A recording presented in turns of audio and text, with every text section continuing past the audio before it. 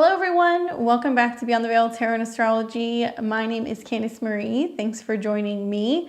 Happy Friday, everyone. We're going to be doing readings on this wild new moon in Aquarius. If you guys can see me, give me a thumbs up, like the stream, drop me a comment below so I know that you guys can hear me and you can see me. I don't trust these pesky Uranus squares all day. I'm like, where are we going to see the glitch? So if you guys can see me, let me know. Hopefully you guys are doing well.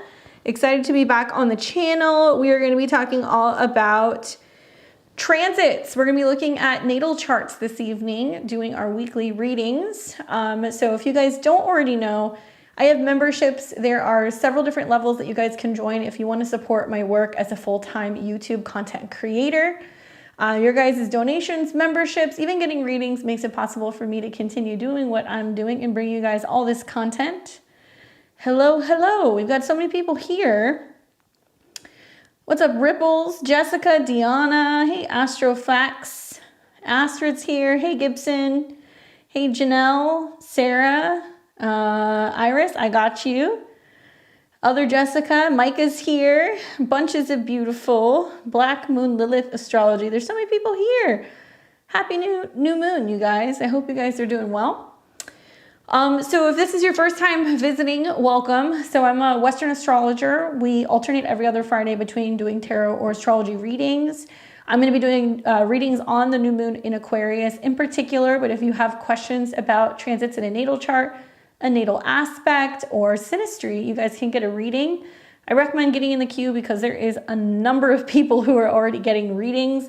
There's a QR code right here. If you scan that, it'll take you directly to my PayPal where you can make a donation and get on the list and get your reading. So it's going to be $55 US donation for a question in regards to your natal chart. You can ask any one question that you'd like. We're also doing a synastry for $70.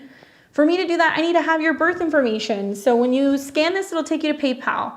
In the memo, please put your time, date, location of birth, the exact time, AM and PM, and put your question in there so that way I know what questions you have. During the readings for astrology, we have a ton of people, so I appreciate your guys' patience. It takes a little bit longer to go through these readings, but I will give you guys kind of like a heads up as to who's here and what I see going on. Hi, Enchanted. Hey, Ari. How's it going, guys? Hey, Nisha. So let me see who we've already got in the queue. I know we have a number of people who are a part of the level 3. So that's what's cool about being level 3. You're going to get a reading once a month with your membership. And we've got Ripples who jumped in, wanted to ask questions about Zoe, Jessica, S, and Deanna.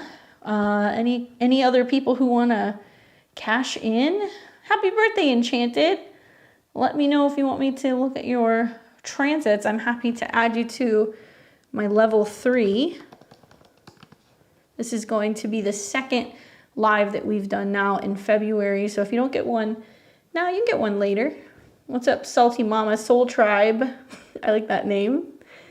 All right, so we've got those level 3 people, and then I've got Iris, Jessica S, Jennifer D, Danielle, Tamika, Cassandra, Astred, Sarah, and Holly. I noticed, Holly, you sent your donation. Thank you. I just don't have your question or your info, so if you can put that in the chat, that'd be really helpful. And it looks like Gigi got in there as well. So for the other people that I have, yes, Holly and Gigi, you guys have been added in. And you guys, anything, Sarah, Holly, and Gigi, I'll have to take a break and input your guys' info. We'll take a break somewhere through the readings to add all the extra charts that get in. All right, Enchanted. Well, we will definitely add you onto that list. So we'll go ahead and we'll get started first with Ripples. Ripples had questions about Zoe. Ripple says, hey Candice, I'd like to use my free reading for an astrology for my daughter, Zoe, 2/12/99 Baton Rouge at 2:29 p.m. What can she look forward to? That's a good question. All right, so we've got Zoe's chart here. She is a Cancer rising with a sun in Aquarius, It's almost her birthday, and she's got her moon in Capricorn. So pretty cool that you're ruled by the moon, Zoe, and you've got a new moon that is in conjunction to your sun. So happy new moon birthday to you. Basically, it's like a clean slate. So everything that you're doing this year is brand new. The new moon actually just happened like the last hour or so. So it's still kind of reverberating off of these Uranus squares. So the name of the game for the next year for you is change. The new moon is actually like in conjunction, not just to your sun, but also your south node. So it seems to me with your south node in Aquarius in the 8th house that there is going to be this focus in this next year in change, joint resources, learning more about embracing fears, kind of letting go of anything that you feel like has been blocking you or holding you back, because that's what the south node is. What's cool about having your sun conjunct the south node is that it means that your creativity in this lifetime really shines. You know, the south node is about past lives or past patterns and things that we carry into this lifetime. So for you to have like the sun and Uranus in close conjunction to your south node, it means that you're learning about the give and take of life, right, between you and other people. So this can be a time where you're having some of your first experiences with, you know, the 8th house can be debt, it can be loans, it can be credit cards, you know, what you borrow from other people. But this is also the house that deals with transformations, right?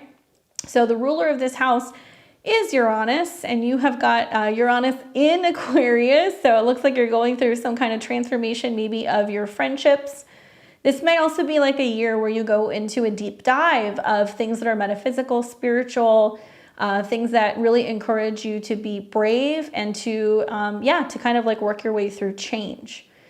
Now, what's interesting about this new moon is that it's in a square to, right here, to Uranus, okay? So this is another reason why we're kind of being pushed out of our comfort zone. We're being asked to embrace new things.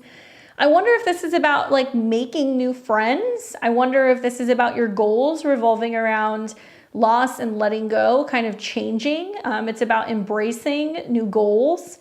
And yeah, I think it's going to be an interesting year if you've got that. I would really pay attention to when we get into the springtime, because you're going to see that maybe this is when some of these new cast of characters kind of come into your life. You're also going to be having eclipses taking place connected to your whole sign 10th. So it's a lot of like maybe new opportunities for your career, new opportunities for you to feel more independent, for you to feel more mature. You could start new jobs. There can be like an added sense of like responsibility going on in your life. And these sextiles to your 8th house does seem to kind of indicate that, you know, because you're showing up and you're experiencing some new sense of professional changes, could be like your first like real job, right? You're learning about taxes, insurance. Maybe you're also learning about savings and investments, and that stuff can be coming up for you as well. And then finally, you know, the other thing I would say is that, you know, a new moon birthday in the months where it squares by sign, so this will be like Taurus season, Leo season, and Scorpio season. These are going to be some pretty big turning points for you throughout this next year. I noticed that you've got Neptune also coming in close conjunction to your MC. So this is a lot of like dreaming of what am I going to be, you know, when I grow up? What is my purpose? What direction am I going in terms of my long-term professional goals? So I think that the eclipses are kind of helping prompt, giving you a sense of direction and taking action. So as Saturn shows up over the next 2 years, you can really kind of like see that come, you know, full circle, right? Saturn going through your 9th house, it's going to come into contact with Venus this year. So it's really important for you to pay attention to that as well, because it may be bringing up really important lessons with the females in your life. A new mentor or a teacher can show up for you this year. Your relationship with female family members and extended family are also really important. And it may be a huge turning point, especially in regards to like either your education, like higher education, college, degrees, certifications, training, and your philosophy on life kind of changing in a very big way. So I would really recommend learning about, you know, eclipses in your 10th house and Saturn coming into conjunction with Venus. Now, the other thing that I want to note also is that you're undergoing, you know, Uranus and Jupiter squaring your sun.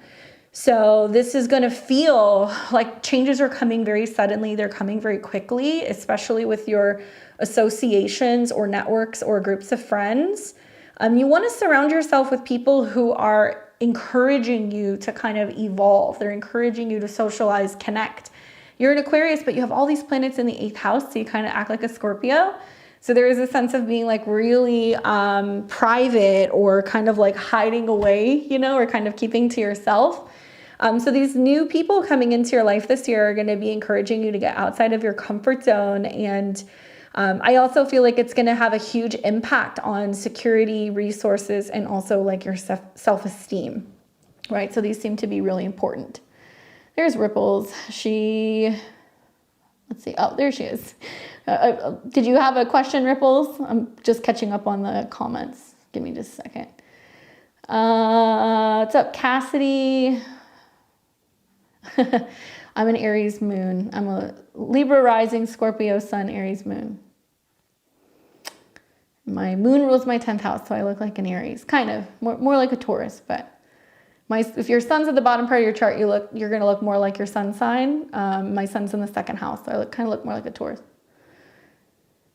But hopefully that's helpful. You can relay some of these messages to Zoe, and I wonder if she's going to have some interest in things that are going to be connected to like psychology, helping other people, those are in need, nonprofit type of stuff, medicine, spirituality, because Neptune's coming into conjunction with Jupiter. So that can be a huge shift in regards to figuring out like her life purpose. So happy birthday to Zoe. I hope it's a good one.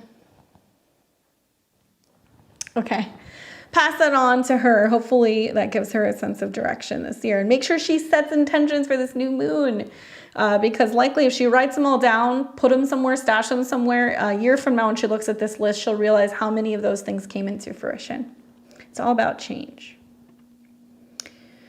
All right, so we've got Jessica S. And I want to make sure I have the right, because there's 2 Jessicas. So this is going to be Jessica Solis. You're welcome. Who snuck in there? All right, so let's see what Jessica wants to know. Let's see, there we go. Cashing in on the monthly 2590 in El Paso, Scorpio rising, sun in Aquarius, moon in Gemini. Cashing in, I'm having work issues, new promotion. My boss is getting in trouble because she wasn't following the rules and making it hard for me. I'm sorry to hear that, that's a bummer. Let's take a look at what you got going on here. So we see this new moon's pretty close to your North Node. A lot of it can be about communicating, speaking up, sharing paperwork, documents, meetings, all of that fun stuff.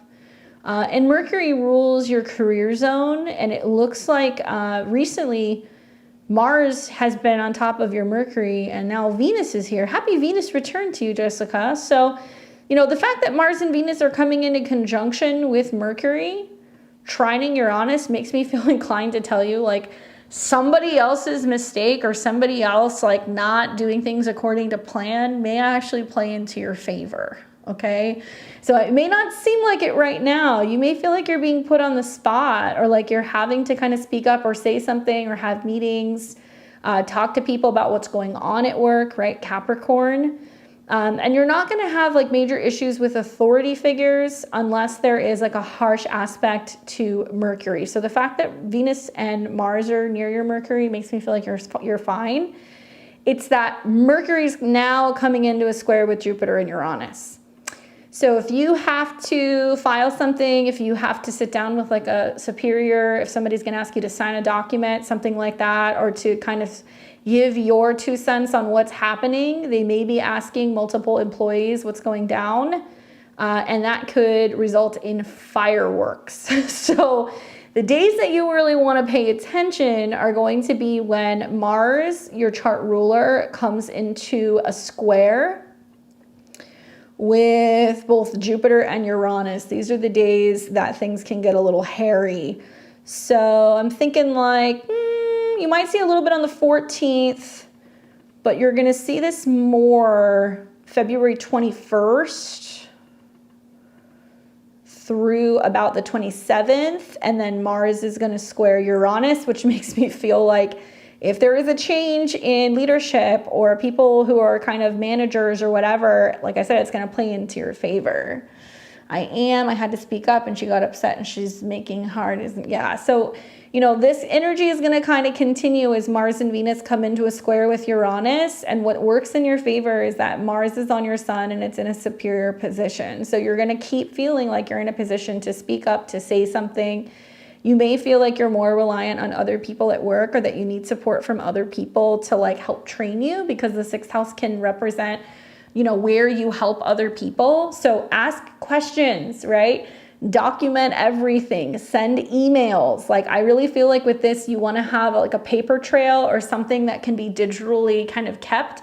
So you can show like, I kept trying to ask for help. I was trying to connect with other people. I was trying to make sure I get my training. Like keeping a paper trail is the best thing you can do with the squares from the 3rd to the 6th. This stuff will kind of ease up once you get into like mid-March. And to be honest with you, you know, Mercury is positively aspected. Even as we get into the spring, Jupiter and Uranus are going to start trining your Mercury. So there may be new training, you know, rules. There may be new schedules. There may be new staff. But whatever is changing is likely for the better, and it's helping everybody kind of upgrade and become more productive, right? So if you've got certain people in the team that's causing problems, or they're kind of like not getting on with making the necessary changes, keep speaking up, keep saying something. But your Mercury is positively aspected. It looks like there may be other people who kind of come to your defense, or there may be other people who step in who want to support you, who recognize that, you know, you're not the only one who might be kind of facing like this mistreatment. And another thing that you're going to want to watch is that you're going to have a full moon coming in Virgo pretty soon. And this is a very, very tricky energy. So the full moon will be on February 24th, 2024, smack dab right on the top part of your chart. Okay. So it's saying like, hey, there's big things going on at work. This will be a full moon out of 5, so it can represent drama. And it's going to oppose Mercury, Sun, and Saturn. So it's going to be saying, hey, it's coming back to whatever has been kind of going back and forth in the month of February. Now it's coming to a head. And we have Mercury in its fall, so it's going to be in Pisces. This means that there can be confusing communications. It also means be very mindful that some things may come up at this time that are really bringing your attention more to your home, your family, your private life. And you've got a full moon in the 10th house, which is like, I got to be at work. I got to be working. Be very careful. Don't let family issues or personal life get in the way. Because if you do in February, this could materialize as a boss being like, okay, I'm going to nail you for, you know, taking off early or not requesting time off, or some situation that could come back and it could kind of bite you in the ass. So do your best around the 24th to like keep that balance. So that way you're not giving her any reason to cause any other problems. Still, in spite of that, you know, that full moon is going to trine your Mars. So you're kind of like getting ahead with the communication, doing everything that you can to lay everything out in advance and like let people know what you've got going on, if for whatever reason you have a change in your schedule. But I have a feeling that's all going to come to a head around that full moon. Hopefully that's helpful. Good luck. Take like one of those eyes to work or something, you know, so that way like you kind of feel like you've got some protection and people aren't spying on you or keeping an eye on you. It might be helpful to have. All right, so we're gonna move on to Deanna. What's up, Deanna? Let's see. So you had some questions about you and your partner. I got that information from you. Let's see. Cashing in regards to the new moon in this chart that you guys have together. So I have them here. The midpoint gives you a Gemini rising, sun in Cancer, sun in Aries. Hello, sun in Aries. And then your moon is in Scorpio.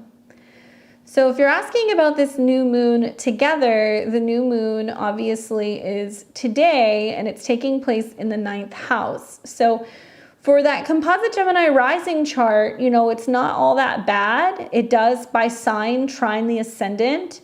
Also by sign, it's trining all of your Libra. But if you notice, the north and the south node, the new moon squares that. I don't know if you've ever looked at this chart. So what happens when we have a new moon that squares the nodes? It basically says we're planting a seed under the guise of the 9th house, travel, ceremonies, belief systems, you know, higher mind, education.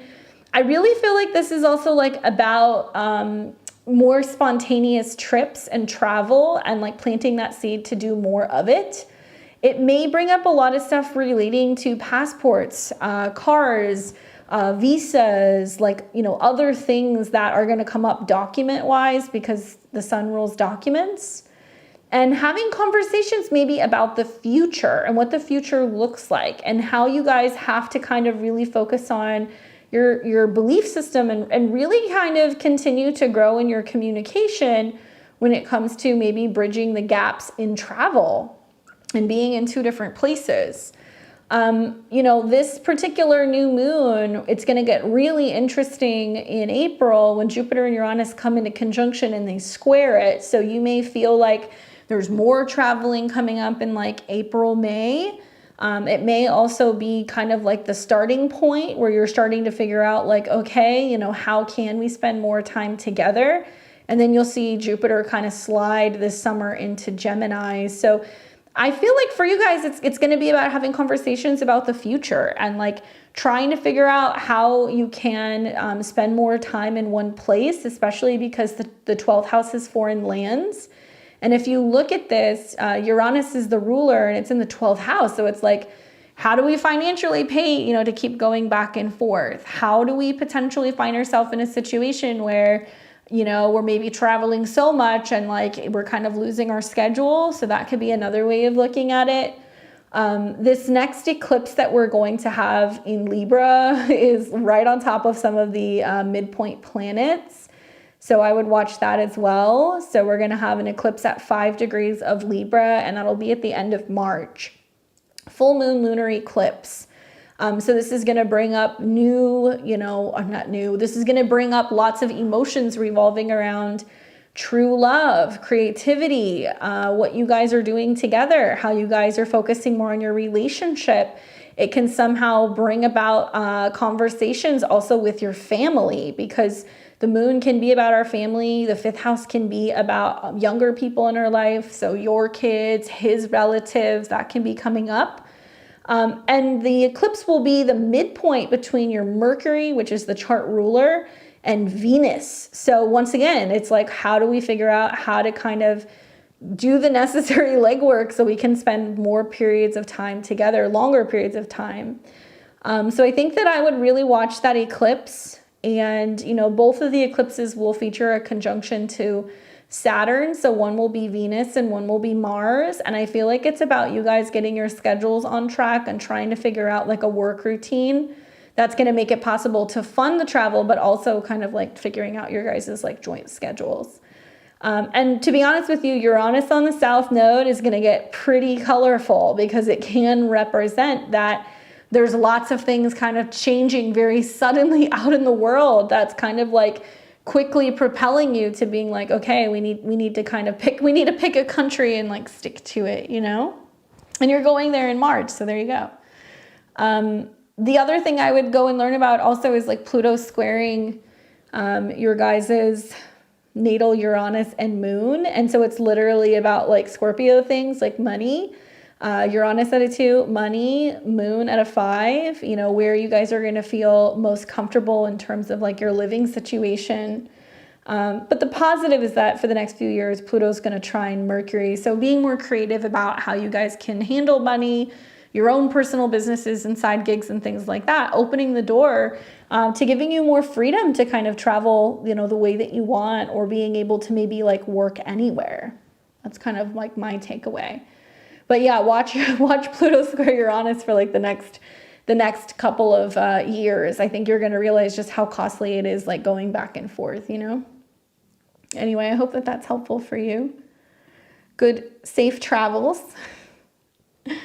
I've got Enchanted, so let me open this up for you. Enchanted, thank you for being a member.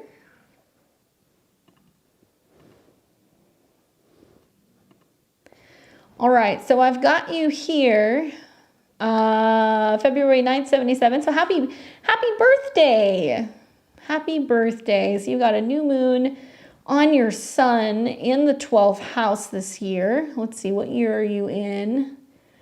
So you are in an annual perfection year 12. Wowzers. So how appropriate that the new moon is on your sun in the Placidus 12th house, and then you're having a 12th house annual perfection year. So the annual perfection is like a fancy way of saying from this birthday until next birthday, one particular house is getting like activated. And you don't have anything in your whole sign 12th house, right? So this is empty, but it's ruled by Jupiter, and you have Jupiter in your second. So to me, it seems like this is an amazing time where you're manifesting more money. You're really kind of like, what does Esther Hicks say? Like getting into the vortex when it comes to like bringing in abundance. 12th house Pisces, rest, retreat, meditation, reflection, behind the scenes, like your connection with your spirit guides, your higher self.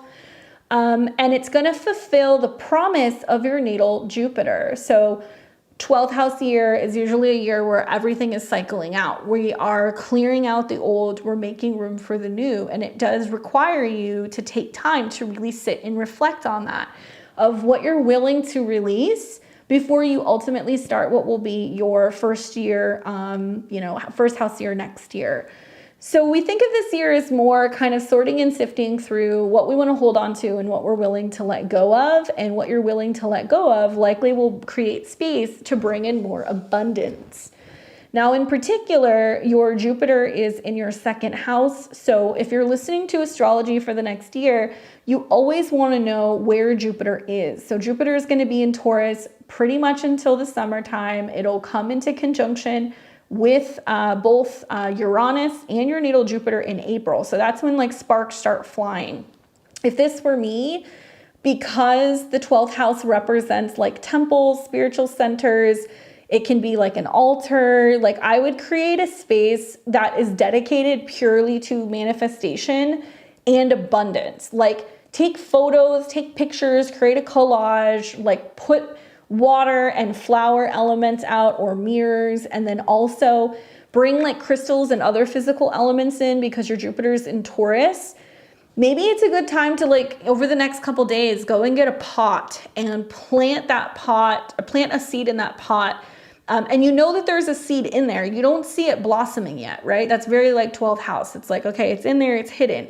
And keep watering the pot, keep it in a spot where it's going to be connected to like your abundance stuff. And then as the year progresses, you'll see that it'll begin to kind of like grow. You'll start to see the plant grow. You'll start to see the flowers or the leaves or whatever. And that's kind of like symbolic of the patience and the vision that you're holding for what you're growing, right? If that makes sense. So like, take yourself to Home Depot or something for your birthday. And that's what I would do, because you have you have Jupiter in Taurus, a physical sign. Now, what you'll see later in the year, over the summer, is Jupiter will go into your third house. So then Jupiter is kind of expanding now on an online business. It's expanding on tarot and communication, and maybe you open up a separate channel. Maybe you start doing channeling work. Maybe you start writing something. Write your dreams down, keep a dream journal. That's my best advice for you with that. And you're going to want to watch where Jupiter is all year. So once it's moved into Gemini, it's going to stay there, and it's going to get all the way up to, I think, like 18 or 19 degrees this year.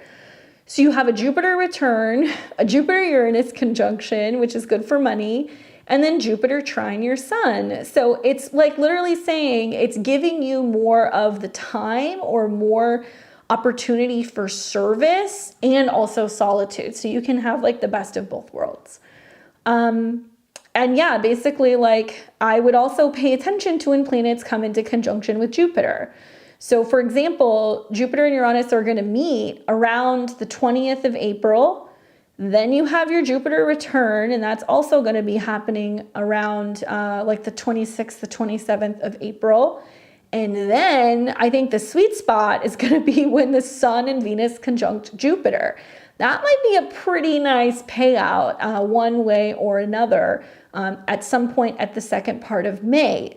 Now, at the same time, Saturn's in your 12th house and it's sextiling. So this is why I said like meditation, creating that sacred space where you're holding the vision for what you're growing is like the focus. And I would continue to like maybe give offerings to Jupiter. Maybe I would, you know, give him like a glass of wine. He likes things that are kind of rich and like golden or purple. Or you can, you know, you can add like that color cloth to your altar space or something like that. But yeah, some pretty good manifesting is going to come through this. And Jupiter in the third house might have you picking up books on spirituality, metaphysics, meditation. Maybe you're having to invest in gadgets also to help you like film or shoot things. You might get like a new camera, something like that may come of it. But the new moon on your birthday is so important for manifesting. It doesn't happen all that often. You get it like I think every between like 5 and like 9 years. So yeah, make the most of it and write all your intentions down so you can kind of reflect on, you know, what has manifested for you when your birthday comes next year, and then you'll be in your Mars year. And you'll also find that the things that are kind of going on in March, okay, so when we're like really in Pisces season, is when you're doing a lot of this like manifesting. So like pretty much until planets go into Aries, at the end of March, you're taking time to pause, reflect, think about what you want to clear out and kind of prepare for the new. So hold on to that little note that you create of all of your manifestations, okay? And definitely create a vision board. I really, really cannot recommend that enough. Hopefully that's helpful for you. Let's see, what's up?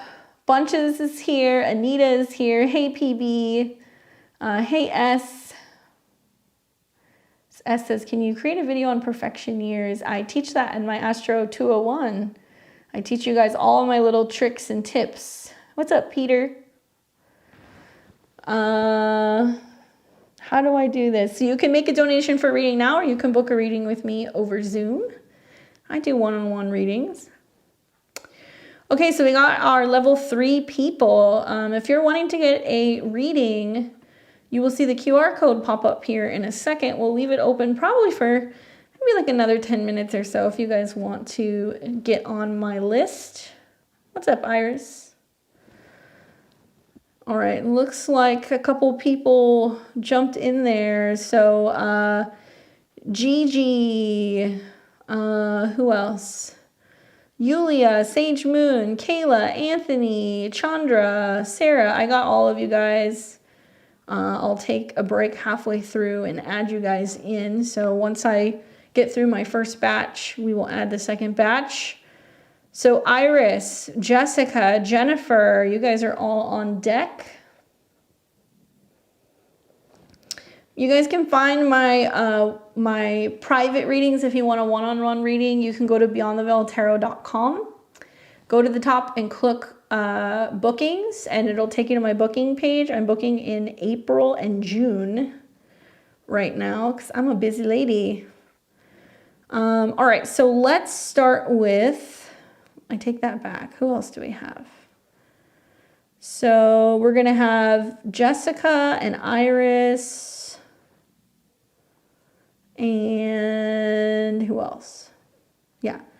So we're going to have Jessica S, Jennifer D, and Iris. You guys are all up next.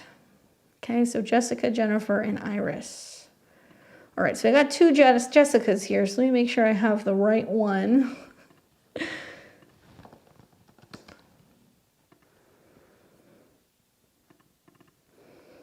And this is Jessica S., born August 22nd, 1982. Okay, so you're in Aries rising, sun in Leo, and your moon is in Libra.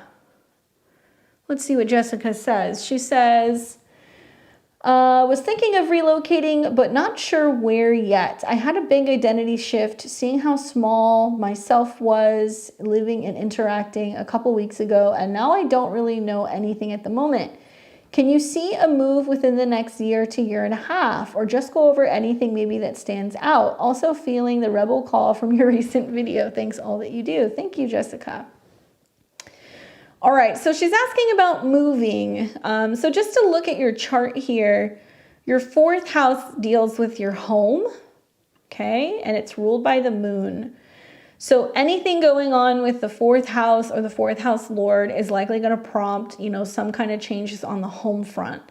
Now, something you'll see this year is Saturn, which is in Pisces, will be trining your north node, which means you're kind of longing, envisioning, a new place to live. And also this is kind of like where you feel a little isolated, right? The 12th house is kind of like, I'm not really connecting with anybody. I'm kind of keeping to myself. I think a lot of Aries risings are feeling that right now.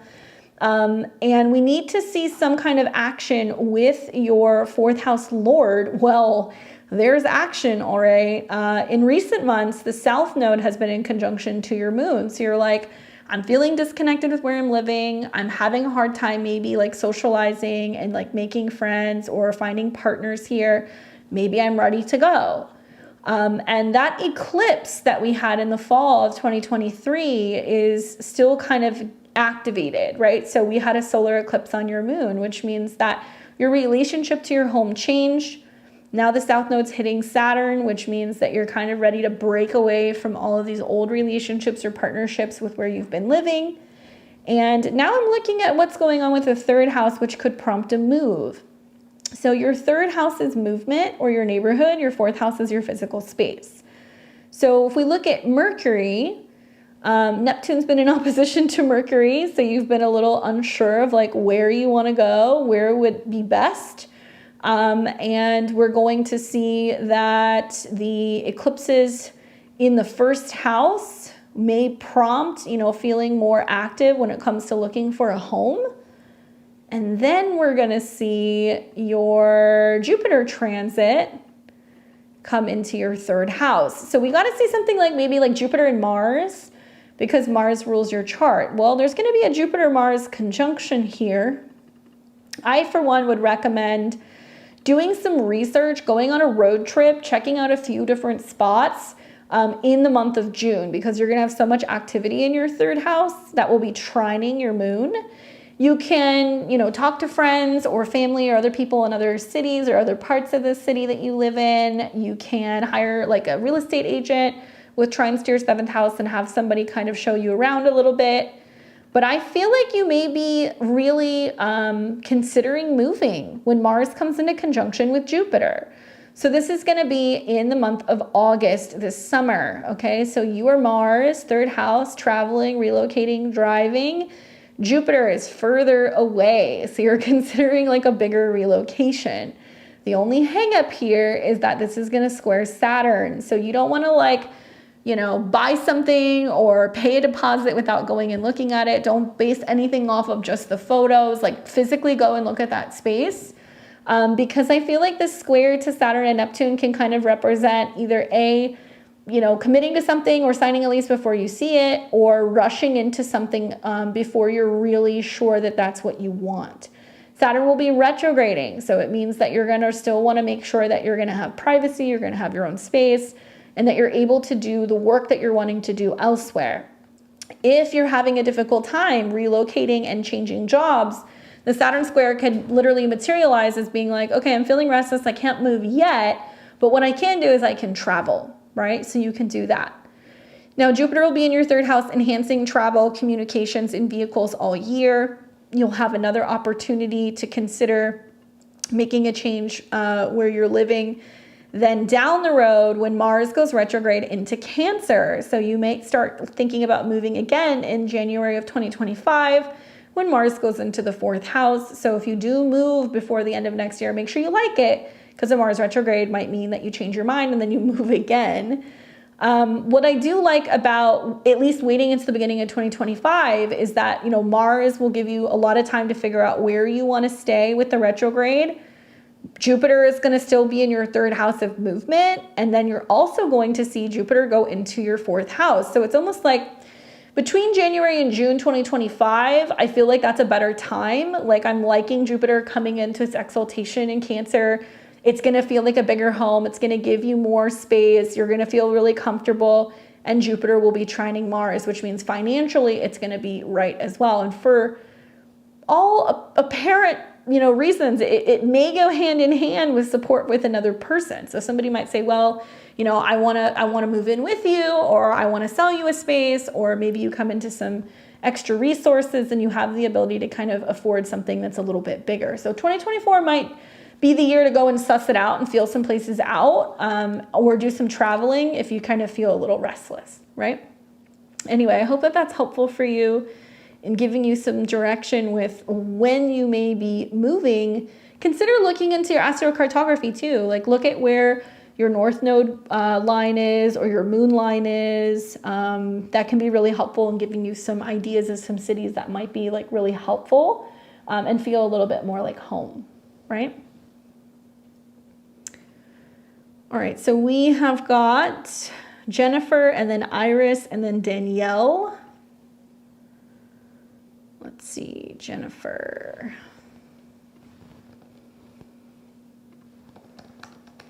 So we're going to put 2 minutes on the clock. If you guys want to get in here, I will leave that open for 2 more minutes.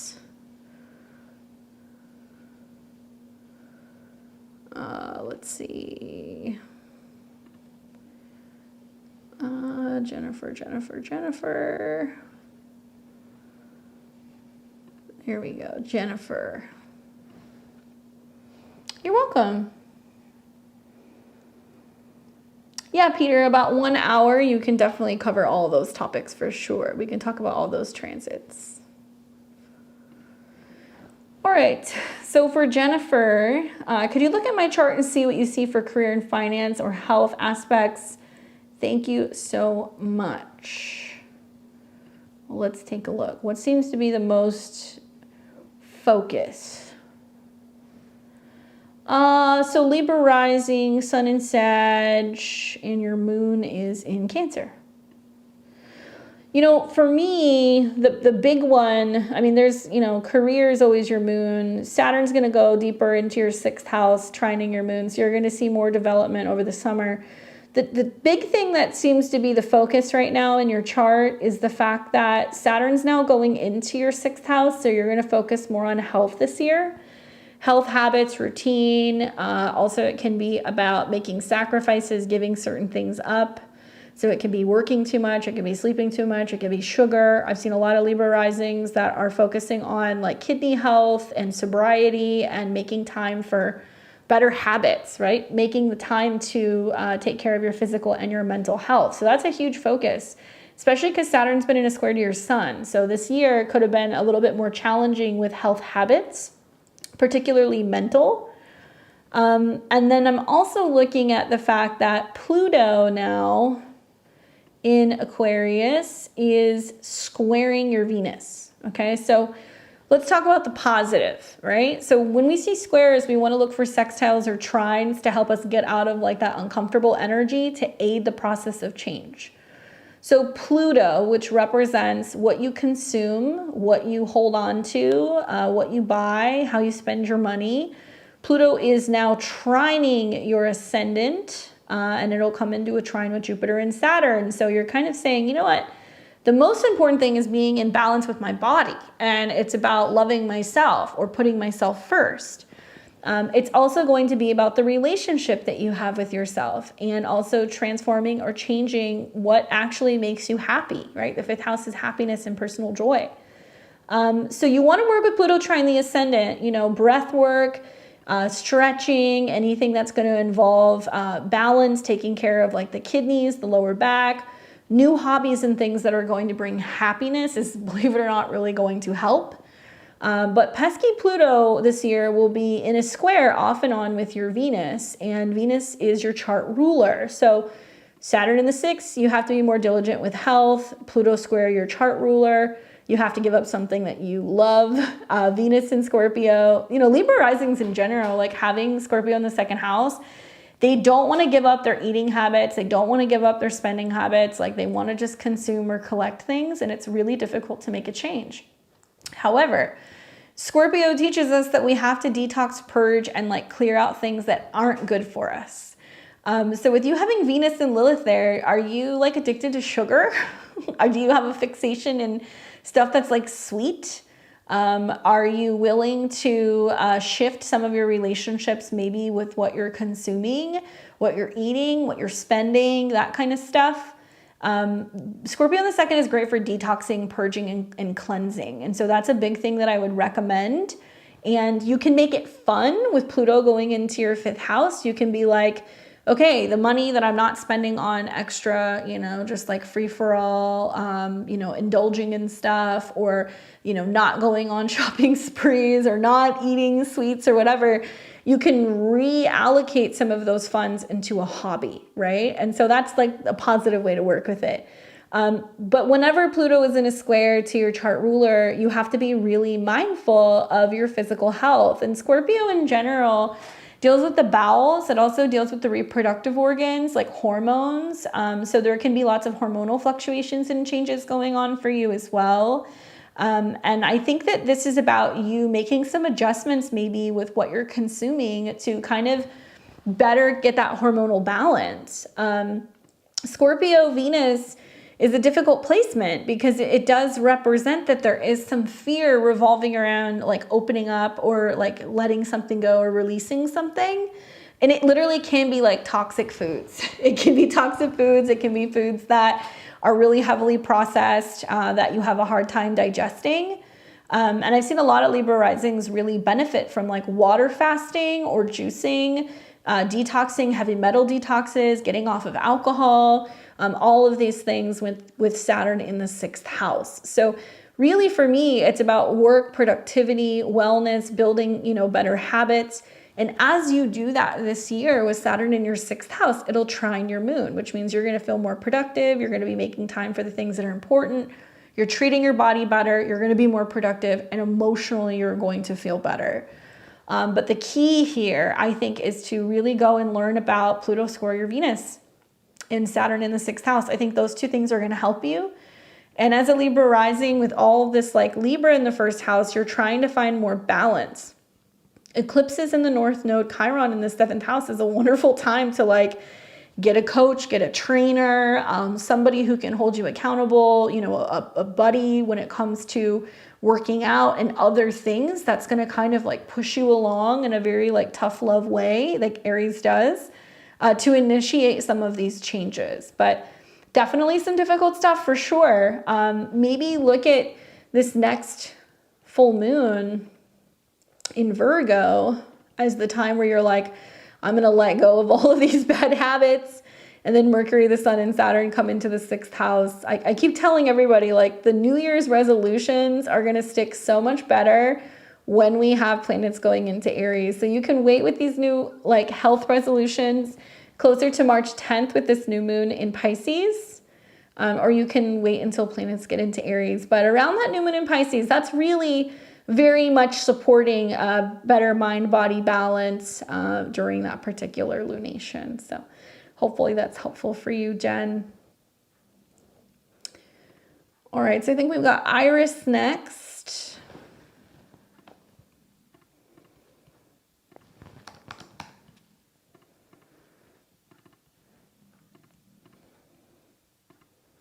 So many Libra risings. There's a ton of us here tonight. Are you guys doing okay? All right, so let's look at what Iris had to say. She says, new moon in Aquarius, January 26, 1990, and you're born at 10:10 p.m. in China. As an early degree Libra rising, while Sun and Moon are in the early degrees of Aquarius, can you tell me how the Pluto transits in Aquarius will impact me in the coming years, as well as the upcoming Jupiter-Uranus ingress in Gemini, which will be a trine to my ascendant?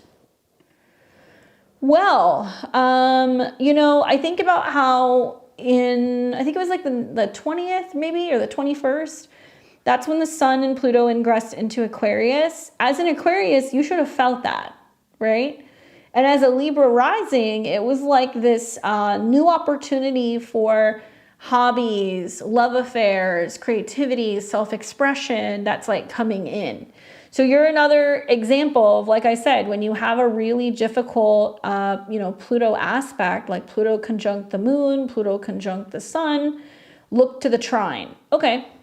So let's talk about the trine. If Pluto represents in your chart your mind, communication, ideas, writing, learning, Pluto in the 5th house is saying that now becomes a hobby, right? That becomes something that you're wanting to do regularly, and it's going to kind of help you tap into your creativity. It's trining your ascendant, so it's going to somehow allow you to connect with other people more. I feel like it's going to give you the opportunity also to kind of like see another side of yourself. I think with Pluto, I mean, to be honest with you, like Pluto's touched all your personal planets. Your chart's very similar to mine. I have stellium in Scorpio and stellium in Capricorn. So I've had the Pluto whiplash just like you. So I kind of feel inclined to tell you, like, Pluto's already left your Venus and it's left your Saturn. So I think you're good. It's just now Pluto is going to hit your moon, which is more about your career. It's going to hit your sun, which is going to be more about your professional goals. And this to me reads as like your big sense of creativity or your big creative plans is going to be like launching your own business because your moon is at a 3. So it might be that you decide that you want to write something, you want to publish something, you want to teach something. You're going to have a huge interest in astrology, obviously, because you have a very strong Saturn signature. And you are somebody who should be working from home because your chart ruler is in the 4th house and Venus represents abundance. So with Venus in the 4th house, in between Saturn and the moon, whatever Pluto has kind of gutted out for you in terms of home, family, past, now look at Pluto on your sun and your moon as kind of like this Phoenix moment where you're kind of like regenerating yourself and you're like, okay, now it's time for me to like reinvent myself and it's going to be wild and wacky. You know, I think like Aquarius in the 5th house, like, you know, those people don't get enough recognition for their contribution to society because usually they share their talent with people, like that's just what they do. They don't always get paid for it, but they share their talent and it does help, you know, the collective. Because your sun and your moon are there, it may be that you're sharing what you're creating, like with groups of people or the masses, or you start a business that's based off of your interpretation of astrology, fusing astrology and art, working with younger people, you know, the list goes on. So Pluto's going to keep on keeping on. And then the finale will be Pluto on your North Node, which, you know, I've read a lot about like the 6, 7, 8 degrees can sometimes deal with fame. And so certainly if your North Node is in the 5th house, you could definitely get a lot of fame through these Pluto transits. I would just say embrace this new creative vision that you have for what your business can be. You know, create the stage, share with other people what you've got. When you start to see Pluto in a trine with like Jupiter and Uranus in the future, and you have this grand air trine, it could be about traveling and teaching. It could be about publishing. It could be about teaching and training. So you're going to have Jupiter there first, and that's going to be right around June. And then you're going to have Uranus there next year, and that's going to be in the summer. And I feel like with Uranus in your 9th house, it might mean that maybe you want to teach younger people astrology. Maybe you're considering writing or publishing a book. Maybe this is when you go through like a formal program. You know, maybe you're doing like retreats or training of some kind. That's going to be really fun because it's going to lighten up all that Capricorn energy and it's going to help you move around and be like a little bit more free. I also feel like it's going to bring opportunities for like travel. So you'll be able to travel more like spontaneously or like move or relocate or you know, maybe you're taking some of your work to like a new platform. It could be like through a new like social media platform. And then you're going to have like your Jupiter return. So I'll tell you what my astrologer told me with all the same planets in Capricorn and like, you know, Aquarius, all that stuff. She was like, yeah, this is like a really good chart for getting older. The older that you get, the easier your life is going to get because you're like a Saturn-based person and like you have a lot of the same placements. I do feel like Pluto hitting your moon can also be about, you know, approaching the concept or the idea of like being a parent. You may learn a lot through a romantic relationship or being a parent if that's something that interests you. And that may actually happen with some of the trines that you're going to have between Jupiter and Uranus. It is possible that a kid coming into your life or even a relationship coming into your life gives you some opportunity to say like, okay, this is my science experiment. I'm going to use this as like, you know, learning more about astrology, or it's going to inspire you to like want to teach relationship astrology or synastry, or, you know, teaching parents about their children's like natal charts. I definitely feel like that's going to be like a huge shift for you, especially because your North Node is in the 5th house. So if your North Node's in the 5th house, it's about children and birth and creativity. And if you notice, Uranus is the ruler and it's in the 4th. So you're supposed to build that business, do the work from home. So you can also experience like being able to be a parent. And so that might be part of this for you as well. Really interesting chart here. Watch what happens this year. Pluto's going to come within a 1-degree orb of your moon. So it's helping a new identity emerge out in the world. And so much of this is about healing the ancestral patterning in your family. You're kind of like the generational like curse breaker because you have Saturn and Venus retrograde in the 4th. So you had to kind of like undo all of that like family patterning of choosing between your career or choosing between, you know, your family, and like watching, you know, like generations struggle to go back and forth. And so you're kind of like, no, I'm waiting on that, or I've waited on doing the parent thing until I can kind of really get my foundation built. So you're breaking that pattern of feeling like you have to choose one or the other. So you should have seen like one of your parents you know, like struggle in their career because they wanted to kind of be at home with the family, or like vice versa. There was a lot of like making sacrifices. So I think that you're getting out of this opposition, and like Jupiter Chiron is great for people who are in healing professions. Same, big same. Go watch my Pluto video. I showed my chart on that video this week, and I talked a lot about my experiences with Pluto, and I talk about the opposition with Uranus, Neptune, and Saturn in the 4th house. So lots of womb healing, lots of womb clearing is very, very helpful for you. Thank you for sharing your chart with us. Good luck. All right, so we've got Danielle next. And after we have Danielle, we will have, who else? We will have Tamika and Cassandra.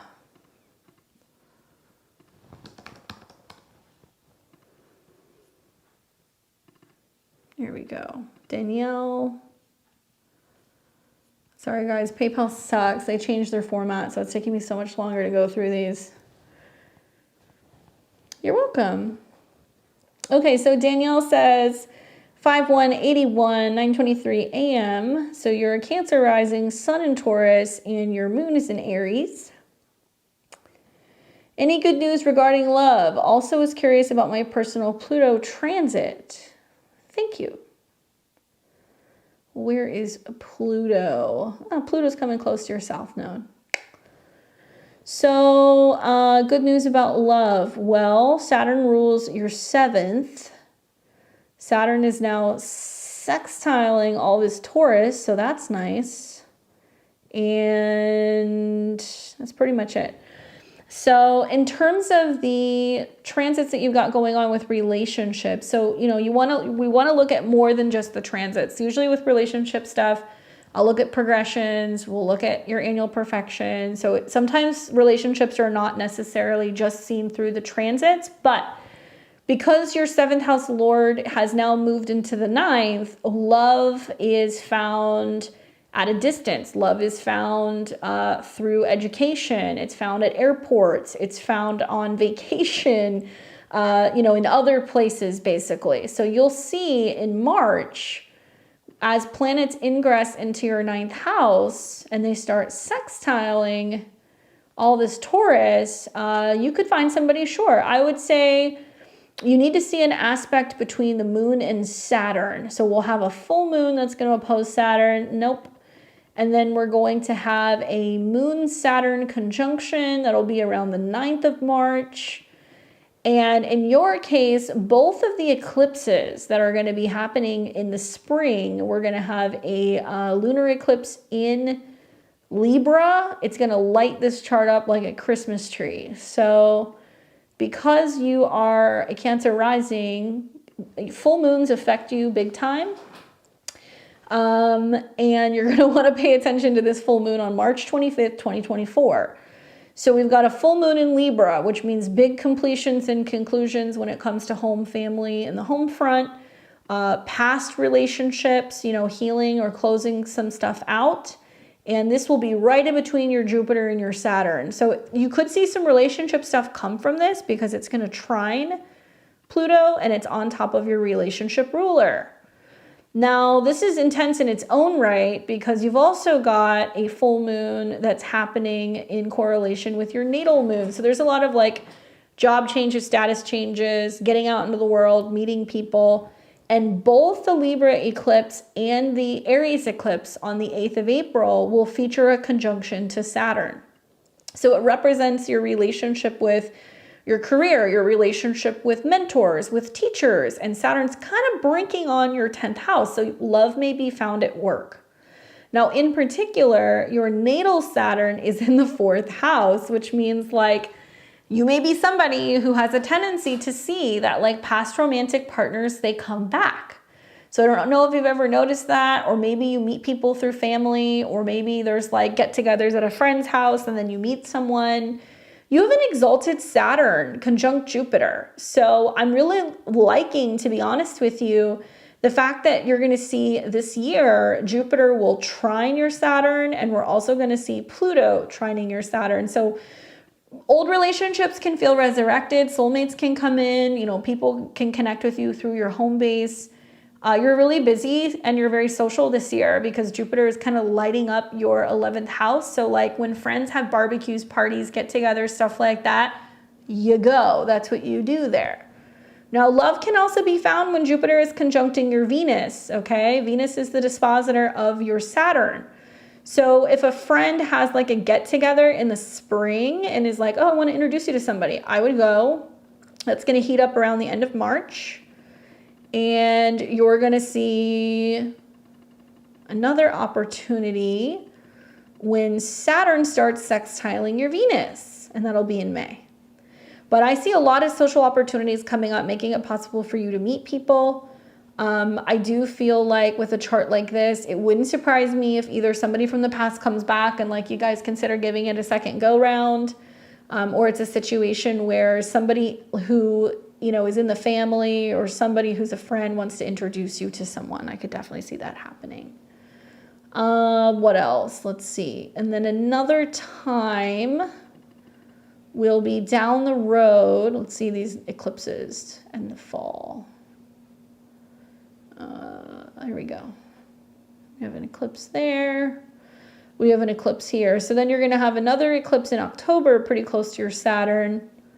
And we want to wait until the moon gets near Saturn. So Saturn moon, see? So this is also planting a seed for you as well in October for new potential relationships. Saturn is still sextiling your Venus. And probably what you'll find is by the end of the year, relationships are kind of like picking up a little bit as Pluto is coming back into a trine with Jupiter. Now, the Pluto transit, it's going to be a couple years before Pluto hits your south node. What I will tell you is that Pluto does much better in the 8th house, so I think that that's working for you. You know, Pluto coming into conjunction with your south node could literally represent like some really powerful connection, some romantic connection with somebody returning. So it's interesting that it's going to trine your 4th house. It can represent an unlocking also of your natal Uranus in the 5th house of romance, passion, excitement. You were born with Uranus in opposition to all these planets. So it may mean that you're like learning to define the difference between a romantic relationship and a friendship. Pluto can basically say it's okay to, you know, take a step back away from friends, focus more on what's going on with your own personal relationships and your passion. And it can also be about big changes in regards to relationship with children because it's at a 5. So whether you're like, I have kids, my relationships with them are changing, you know, you doing some inner child work, you might meet somebody who's like young and kind of fun, that can come up as well. So the Pluto transit isn't as challenging for you, believe it or not. I'd be more focusing on how Pluto is squaring your Mars. And it does represent where there is a need to bring in more resources and changing something about your career. And it might represent where career changes create an impact in some of your friendships. You know, if you change jobs or something's kind of going on where people are leaving work, that could be coming up for you. Okay? Hopefully that's helpful for you, Danielle. Let's see, where are we? I know a couple of people have been asking. So next I have Tamika, Cassandra, and Astred. But outside of that, I have Sarah, Holly, Gigi. Let's see, who else do I have? So if you hear your name, I've got you. And we did close readings, so if you guys missed it, I'll catch you next time. So we got Gigi, Yulia, Sage Moon, Kayla, Anthony, Chandra, Sarah, Rebecca, and Michelle. If you heard your name, I've got you. All right, let's do Tamika and then Cassandra and Astrid. You're on deck.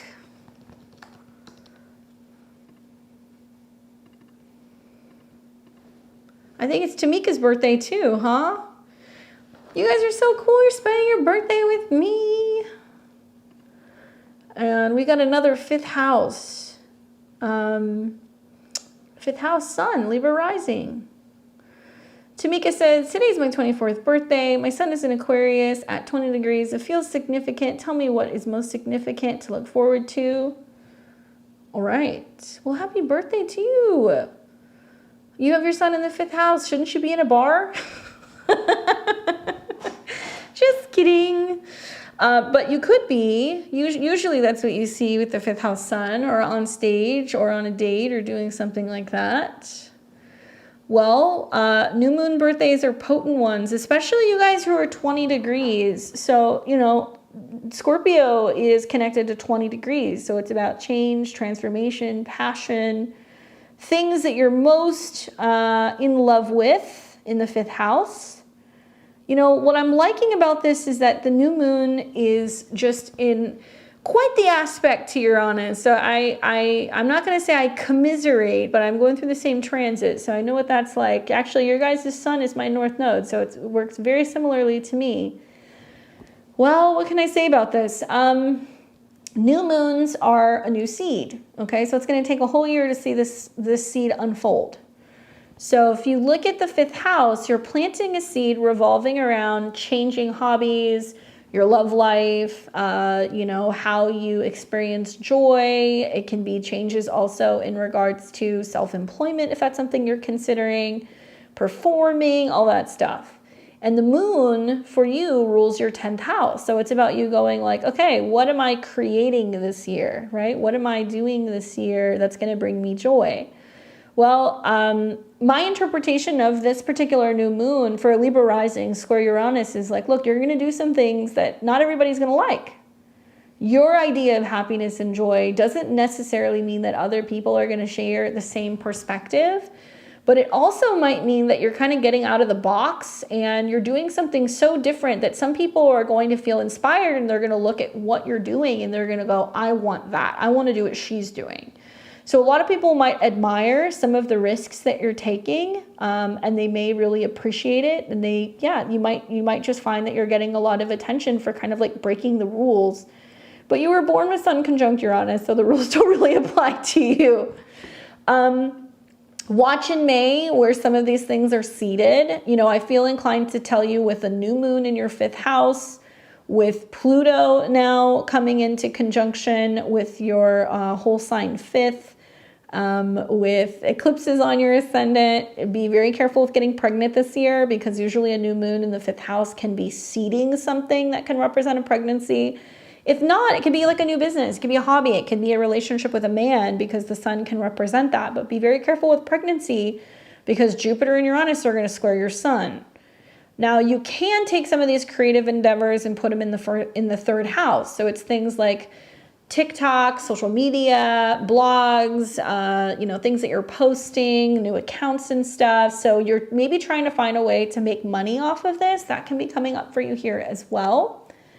I'm looking at like the North Node on your moon. I'm looking at eclipses in your 7th house. You're about to have an eclipse actually in your 7th house in April, which is kind of spelling out relationship themes. So if the new moon is seating in the 5th of happiness, joy, romance, love, fulfillment, and then you're going to have this eclipse in your 7th, this is huge focus on relationships. This eclipse is going to have your 7th house ruler in the 5th. So if you're single, you might meet somebody very significant for you. And if you're not single, then this is about a reintegration into the relationship and how you're taking more action in your relationship with someone else. This can feel like, because of the Mercury retrograde and Mars conjunct Saturn, like at the beginning of April, a defining moment in a relationship and making some big decisions about what is and what is not working for you and whether or not this other person's going to make the cut. Watch that retrograde. Mercury is going to go retrograde and it's going to cazimi with the sun. So it might mean that you have a conversation about whether or not something has kind of run its course and it's done, or whether or not somebody really important is coming into your life. So I can't tell you that like enough. With these times in April and then also over the summer when Mars gets into your 7th house, girl, that is going to be some interesting stuff. And Jupiter's coming into conjunction with Saturn. So what's going on with relationships for you right now? This is some really big stuff. The only other thing I would say is you want to watch, because you've got some big Pluto stuff. Pluto's on your south node with Neptune, and you've got Neptune coming into conjunction with Mars. Be very mindful of like partners who drink, or, people who are kind of elusive, or, kind of like unsure about what they want. You want to watch partners' habits over the next 2 years and make sure that they're like independent, self-sufficient, and not kind of just draining you energetically. That's something that's really important. I look at those 2 transits. And as Pluto comes into conjunction with your south node and your Neptune over the next couple of years, there's going to be big changes on the home front. So really what you're looking for are like partners that are movers or shakers who really have the wherewithal to like grow with you. Right? Because you're going to see that now the North node is going to be sextiling your sun. Long distance love does work, especially when you see Jupiter go into your 9th house and start trining. So you might see something really significantly shift in June and July. And Jupiter will be there all year. So you can, travel back and forth to see somebody, something can open up. But April seems to be a defining moment for having conversations about how you're feeling. Make sure you set those intentions. It's really important before the moon goes into Pisces. So sit down and write out a list of all the things you're manifesting for this year. Put it somewhere safe and you'll be able to read it next year and see how much of that comes to fruition. Happy birthday. We've got Cassandra. Cassandra says, let's see. Bunches of Beautiful, March 15th, 69. And you are a Cancer rising, Aquarius moon, Pisces sun. Would like to know if I'll be raising another child. My daughter and granddaughter are going through a difficult time, and I have a sense she may come home to live with me. I'll be in the process of searching for a new home, and would choose differently, potentially, of raising another child. Not so remote. Thank you. All right, let's take a look.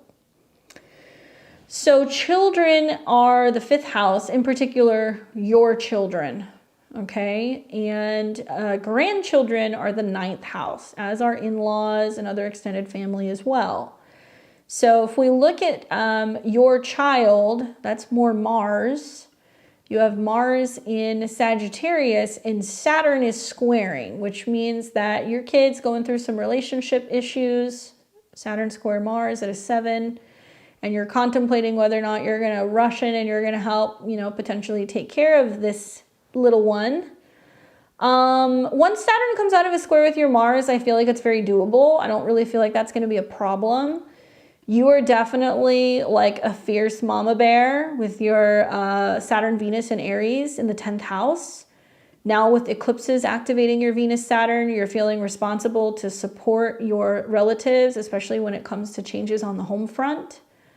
And this new moon on top of your moon, it's like you going like, okay, I'm embracing change, especially when it comes to how I can kind of better support my family in some kind of crisis situation.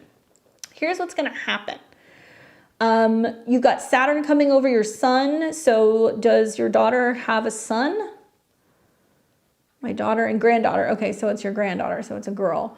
So Saturn coming into conjunction with your sun. And also I think it's going to be Jupiter and Uranus squaring your moon. Does make me feel like this is going to promote changes to your home life and some kind of maybe expansion through other people. But because Saturn and Neptune are going to sit on your north node in the 9th, I do think it's going to be responsible for kind of feeling like you're helping tend to a grandchild. I definitely do. Even if it's not right now, it's definitely something that's coming in the future as Saturn and Neptune sit on your north node. Now, the eclipse that's coming in March, which we're already feeling the eclipses. We're in February, so we're going to start feeling them now. This eclipse on March 25th, 2024 is in conjunction to your IC. This is the most southern part of your chart. You're ruled by the moon. Full moons affect you. This is going to be a full moon in your 4th house relating to Venus. And here is Venus conjunct Saturn in your 9th house. So there it is. That's the granddaughter. Possibly you're talking about, what the future looks like in terms of, the changes that need to be made at home. And then the second eclipse comes in, and then you've got Mars conjunct Saturn. So you guys are having serious conversations about this, I think, in April. And what you will probably find is by May, you're anticipating having more people in your space because these planets are going to square your moon. I'm a strong believer that when Saturn goes over our north node or when it goes over our sun, we have to show up to like that purpose. And so I feel like with your sun being connected to the north node, you feel responsible for providing or creating security for a grandkid. I also feel like these eclipses in the 10th house do give you some sense of responsibility and authority. You should be really close to a grandchild with those placements in your 9th house. And I feel like you might be a really important teacher for your grandkid, especially when Saturn and Neptune sit on your north node conjunct Chiron. It can help you heal some of your own personal wounds, especially if you feel like you've had some challenges in your relationship with your daughter because you have Mars and Neptune. This can help heal that and kind of bring you guys closer through your grandchild. Now, let's say you wait, right? If you wait, then it's going to take up until about spring of 2025 when Mercury and Venus go retrograde over your sun. And this should be about her coming and being closer into, your home. So it can take up to about a year. But I think it's important to have these conversations this spring so you can kind of preemptively kind of plan what's going on with your home or your living situation or making changes. And likely you'll be making some shifts with your home and your finances at the end of 2024 to make that possible. Let's see, am I missing anything? And yeah, purchasing a home, you're going to want to wait until after the new moon in your 4th. So that'll be in the fall right here. I would look into doing this after this new moon in October. Don't make any moves until quite around this time, but that'll be a better time to kind of prepare. Okay. Hopefully that's helpful for you, Cassandra. Sending you lots of good grandma vibes. Let's see. I've got Astred, and then I will get to put in all my other charts. So let's see. Let's open up Astred's chart.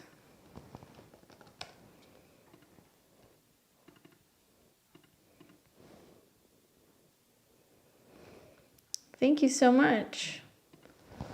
So I've got Astred here, June 14th, 97, 11:35 a.m. in Jalisco, Mexico. And Astrid says, I'm starting to feel really unhappy at my current job. I've tried to enjoy it and make the most out of my feelings of anger seem to be coming back. My boss and I have been having a hard time communicating as well. Please take a look at my chart and current transits. I'm not sure the right time for me to leave yet. Okay, good question. Well, my eyes immediately go to this new moon on your Jupiter in your 6th house of work, where you're like, I need freedom. I need out of here. And it's squaring with Uranus. So you're kind of like, well, where would I go, or what could I do? Something that kind of comes to mind because of the energies in the 6th house is be mindful, you know, when Mercury, when Mars come across this 20 degrees of Aquarius, you're going to see a reactivation of this new moon. So the new moon in the 6th house is, I need a new habit, I need a new workspace, I need a new schedule. And it's not time to quit, but you're feeling like quitting. This square to Jupiter and Uranus might say it's prompting you to think about more along the lines of continuing education, training, going back to school, maybe trying to find a job somewhere else, you know, opportunities to travel, because it's really pushing on that. So are you committed to the type of career that you're in? Do you enjoy what you're doing? You know, Saturn's in your 7th house, and that does create some challenges with relationships to coworkers because Saturn rules your 6th. And as a Gemini, you're going to hear, oh, Saturn's in your career zone. You know, you're having to work extra hard and, you know, focus on relationships with superiors. But Saturn is squaring your Mercury, and it's going to come into a square at a 10, which means issues with older, like authority figures at work and not wanting to be told what to do. And that's going to happen through about March. I would say pay attention because you're going to have Mars hit 20 degrees. And I have a feeling around maybe like March 7th, you might be feeling like quitting. I want to go back to the beauty industry. Okay. So that's possible. You could see an opportunity to return to something, but watch the transits on the 7th of March. When the moon and Mars reactivate this new moon and it squares Uranus, it's going to want to have you make a change. Okay. Now, the other option is you can wait when you have Jupiter in your 10th house. And this can also give you an opportunity to change jobs, or you know, you may have more than one job, or you'll go back to something that you used to do, and you're going to see Jupiter and Venus and the Sun enter into your 10th house, and it will sit on top of your Mercury, which seems to indicate that there's like a new job that's emerging in early June, okay? Especially around this new moon in Gemini, with Mercury in your 10th house, a new moon, Venus coming into conjunction with your Sun, Jupiter on your midheaven. This is the time where something new will emerge, especially because it's going to trine Pluto. So be mindful if you're getting pushed to your limit in March here. It can take a little bit of time before you kind of slide into the perfect thing.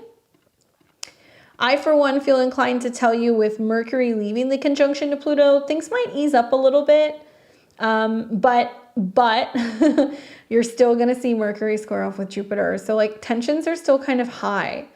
Now, when Mercury is trining your Sun with the moon around February 17th, and really all of the Mars-Venus transit up until the end of March is a great time to go looking for another job. So you know if there's something else you want to do, if there's another team you want to join, if there's something else you're willing to consider, you can do that. You've got eclipses that are happening in your 8th and in your 2nd house. So you're kind of looking at things going, okay, you know, do I have to be willing to step away from a paying job to find something that's going to be, you know, like making me happier?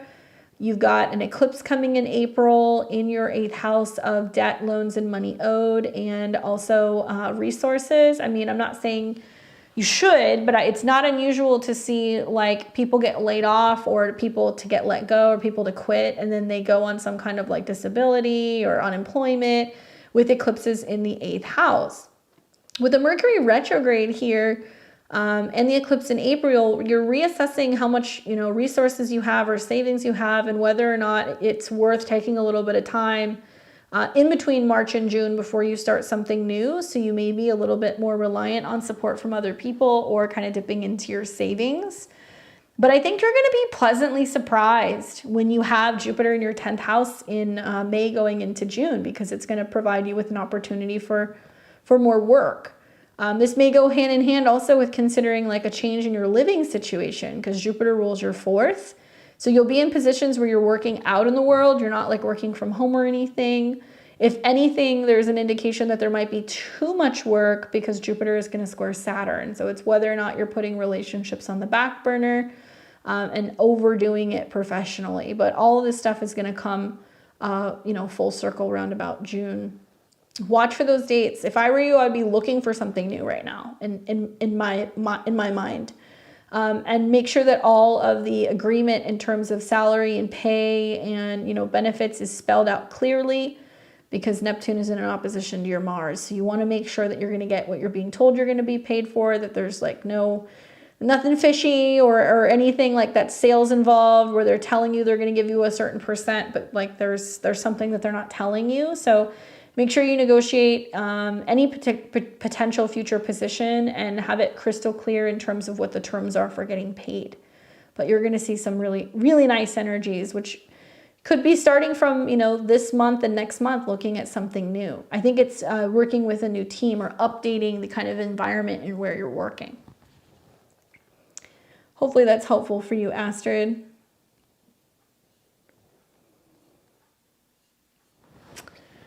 All right, so we have got, let me update my list here. Sarah wants a Synastry. We've got Holly. We've got Gigi. And I'm going to have to now put all of these into my chart. So you guys might have to give me just a second. Give me about 5 minutes, and then I will update all of these charts so I can do the second half of my readings.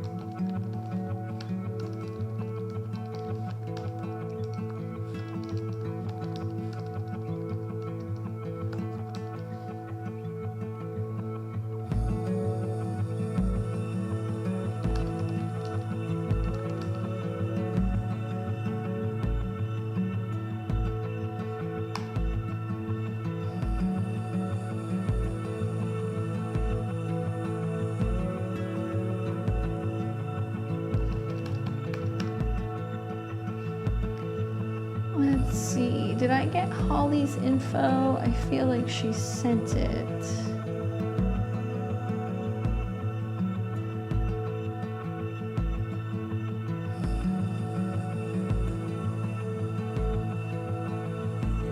Can you see if we have Holly's info in the chat?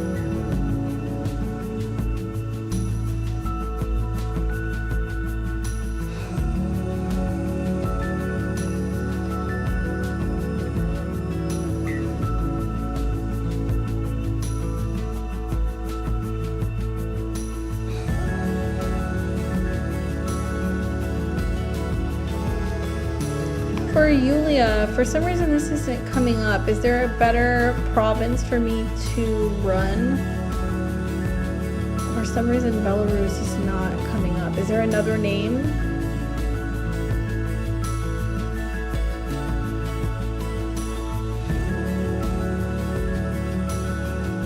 Let me know.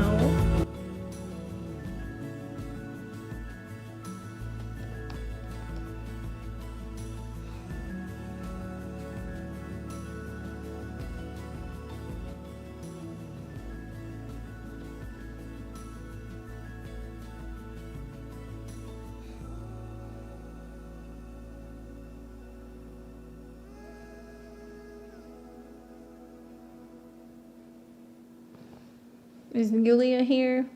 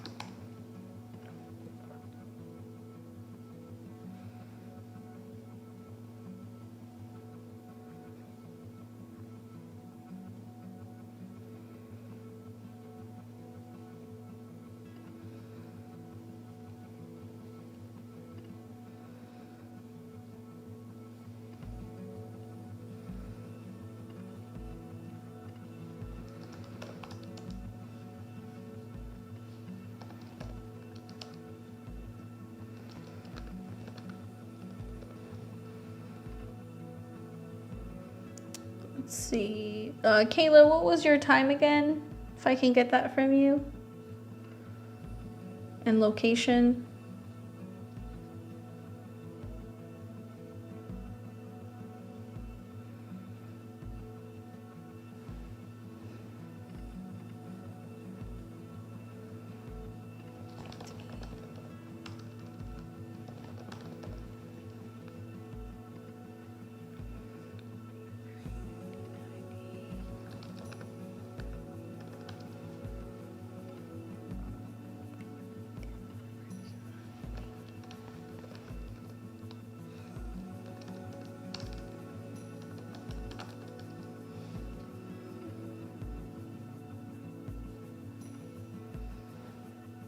Thank you. 9:31.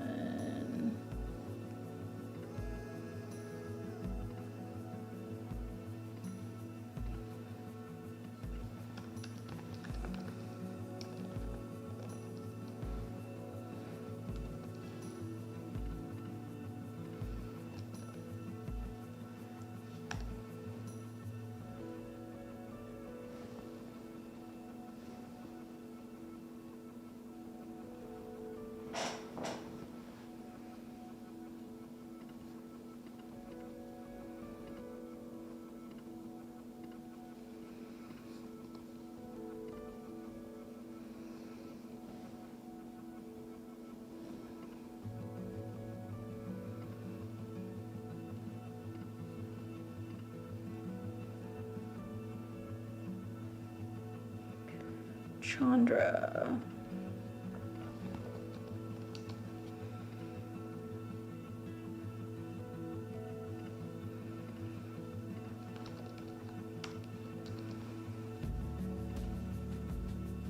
December 17th, 63.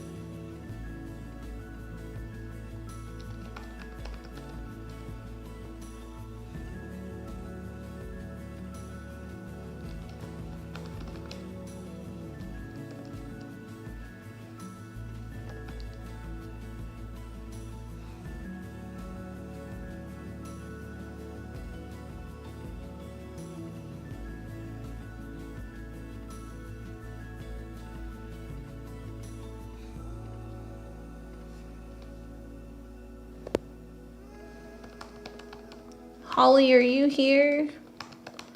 Because I need your info if it's not in the chat. August 7th, 87.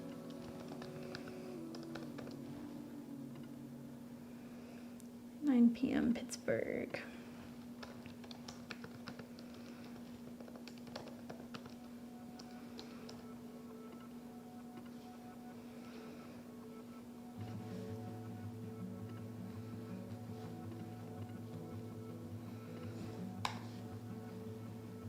Okay, thank you. Holly, I need your info if you're here. Otherwise, we're gonna have to refund you. All right, so we're gonna have Sarah, hopefully Holly's here, and then we're gonna have Gigi. Thank you for your patience, guys, I appreciate it. There's a lot of readings tonight.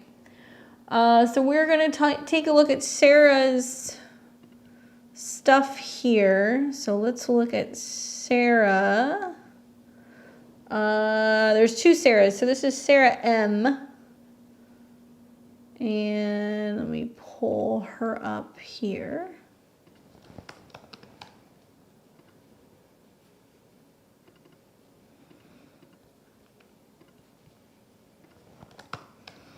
You have a Synastry question.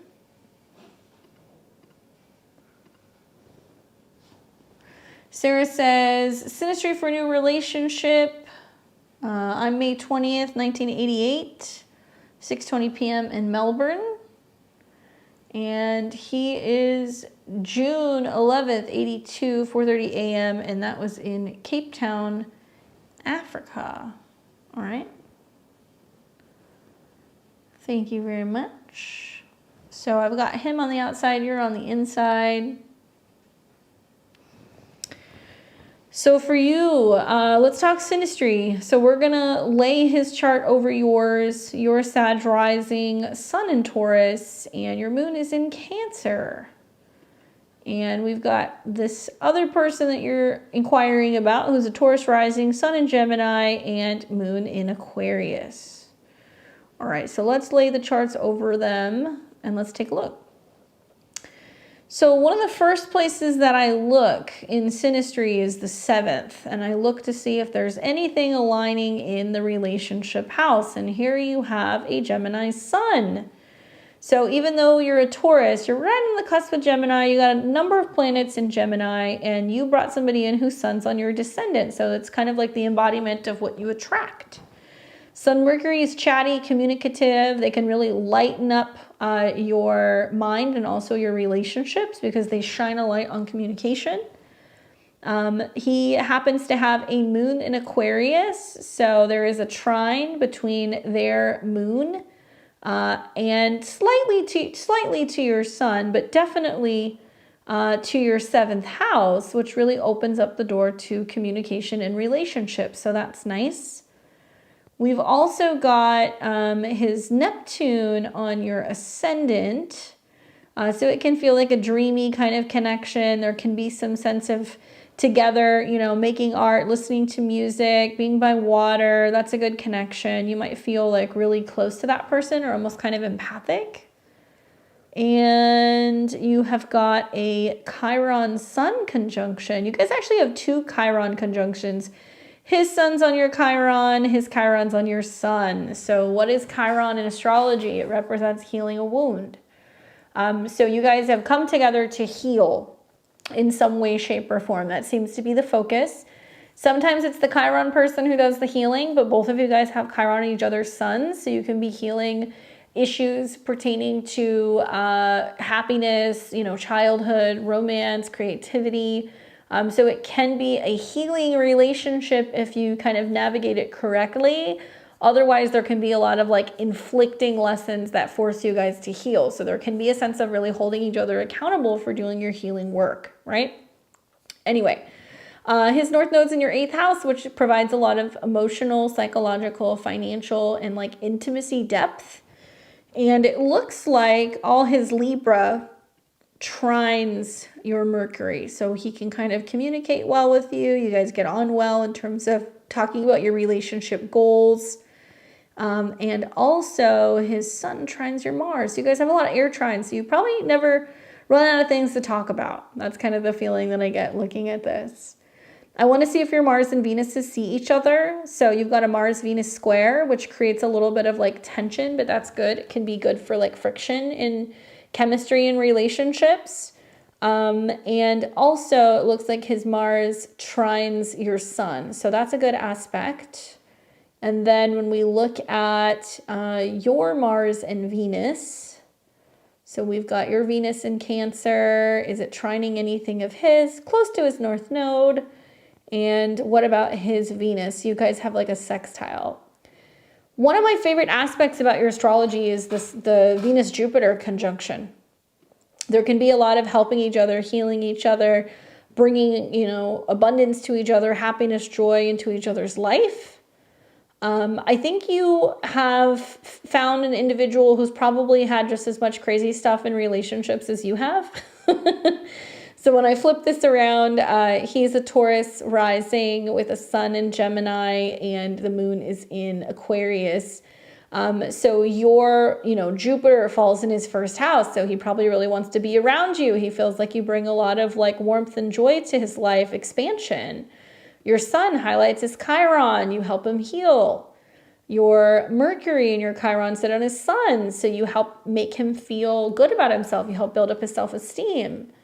North Node, moon in the third, communication, sharing, traveling. Moon trine the descendant. So that's really great for relating. Ooh, your Pluto sits on his descendant and opposes his Venus. So do you feel like he's like kind of like obsessed with you? Is he like obsessed with you? Or is there like a sense of him like being really fixated on the idea of coming together? You might represent something that's kind of like enticing for him with Venus on the descendant, with Pluto on the descendant in opposition to his Venus. And then what else? We also see that your Saturn, Uranus, Neptune stuff kind of sits along his ninth house cusp. Cultural differences. You guys come from different backgrounds. There can be a sense of like religious or like, yeah, like, you know, racial or ethnic differences. It can be from where you're from as well, but I could see that in the chart. And I think your Venus in the second house is nice, especially because it's trining his descendant. And then probably the big one for me is that you have all of this Taurus that's in a trine to the south node. So it's kind of clearing some kind of karma. Yeah, he's addicted. Well, I mean, you know, he's got Taurus on the ascendant, so he's not bad looking. But with Jupiter conjunct Venus, you make him look good, basically. And there's a lot of like indulging with each other. Jupiter and Venus in Taurus is like good food, good wine, like good music, good sex, like luxury. Not a bad aspect, to be honest with you. I just feel like he's had a rough run in relationships with Scorpio descendant, Mars conjunct Saturn. He may feel like you get him. And it's nice that you have all of this Taurus that sits on his ascendant. So you're helping him learn how to embody more of like that Taurus energy. The only challenge that I really see is like that Pluto on the descendant. And so this needs to be a relationship that's not just physical, right? And usually like, you know, people who have an air moon, they can be a little bit more emotionally detached, and like you're a Cancer moon, so you're a little bit more sensitive than most people. So you're going to have to kind of like teach him to kind of learn to feel into his emotions and feelings a little bit for you guys to be able to better relate. That moon square Venus sometimes means he acts like a little detached and kind of cool, but actually like he's quite the lover with Venus in his first house. And I would talk to him a lot about what's kind of gotten cleared out recently in relationships for him. Now, because Mars rules his seventh house and he is getting ready to see eclipses on his Mars, it can really be like a significant make or break time in March, April for relationships. But I really think you help guide what direction he's going in. You help him kind of build on healthier self-esteem. You can communicate with him very well. It's just, I think you kind of have the upper hand with Pluto on his descendant. And, you know, you seem to have had a lot of relationships where, you know, you've sacrificed a lot for other people. You've given a lot to other people, and you've had to learn how to like redefine who you are in relationships and not like give it all away for another person. And I think that this is a healthier potential relationship balance, because you are going to know how to kind of like navigate this and like let somebody else kind of do their own without feeling like you're losing yourself in the relationship. He'll really appreciate your Jupiter on his Venus, and I feel like he'll come in and he'll want to help improve your lifestyle, your health, your routines, your habits in the 6th house as well. So he can be very helpful in like getting things done. This is somebody who's definitely like wanting to please and wanting to, yeah, he won't shy away from like helping do laundry or dishes or things like that with his Venus in your 6th house. And there can be a sense of him, yeah, wanting to kind of tend to you, wanting to kind of nurture you, right? I like the dynamic. I would be really excited with Jupiter going into your 7th house this year. It's definitely great for relationships. It's the square to Saturn. So one of the big things you're going to be kind of working through this year, I think, is like expansion in relationships versus where you're living. So it can be a lot of like, well, you live here and I live there. You know, you live across town and I live here. Like, how can we come together? Or further away. You can have relationships that are further away at a distance, or a partner who's traveling a lot. Saturn in your North Node this year is helping you try to kind of figure out and establish where home is. So you're going to have to work with a partner to be able to kind of figure that out. But I like your guys' synastry. Let me know what happens. You got this Jupiter return coming, Jupiter on your sun, and then in your 7th house. I mean, this can be a really favorable indication that big relationship stuff is happening for you this summer. Hopefully that's helpful. All right, so who do we have next? Did we hear from, was it Holly? Did we hear from her? All right, so you got Gigi.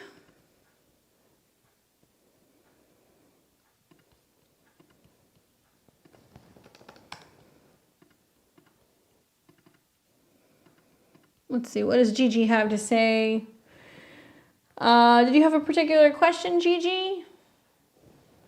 I just see you are a Taurus rising, Sun in Libra, and your moon is in Taurus. So let's pull this up. There we go. So we've got this new moon that just happened for you. Technically in your 11th house, not quite your 10th house. You're going to hear it's career related. This is more about friends and other people. And that new moon's squaring your moon with Uranus. Things are changing, goals are changing, friendships are changing, collaborations, connecting with other people, pushing you out of your comfort zone as Uranus comes for the final pass on your moon. All right, well, watch what's going on here, Gigi, because in the spring, in April, Uranus is going to hit your moon again, so that kind of creates some rocks and rattles and rolls on the home front. Maybe people coming to visit, maybe you considering changing your home, people staying with you, some shifts are going on here because your moon is at a 20. So this new moon is getting you thinking about how can I best connect with other people and make the necessary changes emotionally or within my home base to host. At the very least, it seems like it's been an exciting evening. Let's leave it at that. But you'll see in April and May that things are really evolving, and your house is becoming quite the hot spot for hosting more people. So I feel like this can be things like, there's too many people in my kitchen, or, you know, I'm needing to expand something in the dining area, or we need to get a new TV or places to entertain. Because there's just going to be, honestly, so much more people coming to stay and visit with you between the spring and the summertime, because Uranus will sit on your moon. Watch your intuition. It might be really strong. Uranus moon transits do that. And Uranus has been back and forth over your moon for the last year. It's finally leaving. So you might feel like some of that, you know, psychic tension is now kind of wearing off. You do want to be mindful that Pluto in Aquarius in your 10th house of career and reputation and your public life is squaring your ascendant and your descendant. So you're probably going to feel like the next couple of weeks, like work is just dominating your life. And then as we get in more to 2024, it's like, okay, major shifts are happening in terms of work and reputation, and it can be putting the pressure on the relationship with you and with other people. Now, this is positive for a Libra because Pluto trining your sun is like having more fun, having creativity, expressing yourself more, putting out lots of new things that make your heart sing. So if you're self-employed, if you're an entrepreneur, if you work in the creative field, that Pluto trine your sun is wonderful. It's just about pacing yourself and making sure that you're making the necessary time for like adequate rest and recuperation. Very exciting, work in a restaurant, bar management. This is very interesting. Well, I mean, the good news is that even in spite of the Pluto transit, here comes Jupiter into your second house. So this seems to indicate somewhere in like end of May, beginning of June, there may be a second line of income coming in or a new way to make money that you're going to be like, yeah, this is what I want to do. And it might involve travel. Obviously, you do well in hospitality, having a sixth house sun. But that eclipse that's coming in, it's going to be right on your sun. So, wowzers. Saturn's sixth house to your sun and then an eclipse on your sun. All right, make a note of March 25th, 2024. This is when you're going to have a lunar eclipse, which means it's a full moon on steroids on your sun. So it's very personal for you, but it's in your sixth house of work. So this can be about work, health, and habits. So this can be a time when you're like, oh my God, I'm exhausted, I'm overworking, or I'm needing to heal or rest or recuperate. And this is going to feature a Venus conjunct Saturn. So actually, I think it'll be like a big party, but you're like, I'm exhausted, I'm working so much. And then the second eclipse that you're going to have, which will be in Aries, is more the resting recuperation energy. Like you might work so much up until the end of March, beginning of April, that you're like burnt out. And you don't want to get to burnout phase because with an eclipse in the 12th house in a retrograde, you're like, oh, it's taking me so much longer to recuperate. Hot saunas, infrared, anything, working out in private, maybe even at night to kind of like balance things out. But all of this energy in the 12th house tells me that you have to really listen to your body at the beginning of April. Likely coming off of that burnout phase and Jupiter coming into your second house, you're back into kind of making money, and May and June looks very promising for you. And I do feel like this is when you're opening up to this new potential gig or side job or something that's going to give you the opportunity maybe to work in different areas and have a little bit more freedom. So maybe you're like working on location, maybe you're, going and doing some gigs or parties somewhere. Something else is going to open that's going to allow you to kind of travel a little bit more. And I think it's going to be really fun in my mind. Just know that Pluto's going in and out of your 10th house. So lots of change on the work front with who you're working with, who owns the company, what's going on with bosses. That's going to kind of be shifting a lot. And sometimes like maybe even like companies get sold with that placement, right? And that eclipse is going to be in opposition to your Mars. So girl, watch out for like drama in the workplace and gossip around the end of March, beginning of April. Stay out of it. Stay out of it. There can definitely be some heated exchanges about who's responsible for what or who's doing what. And some people might surprise you with their behavior because there can be a lot of like competitiveness going on then.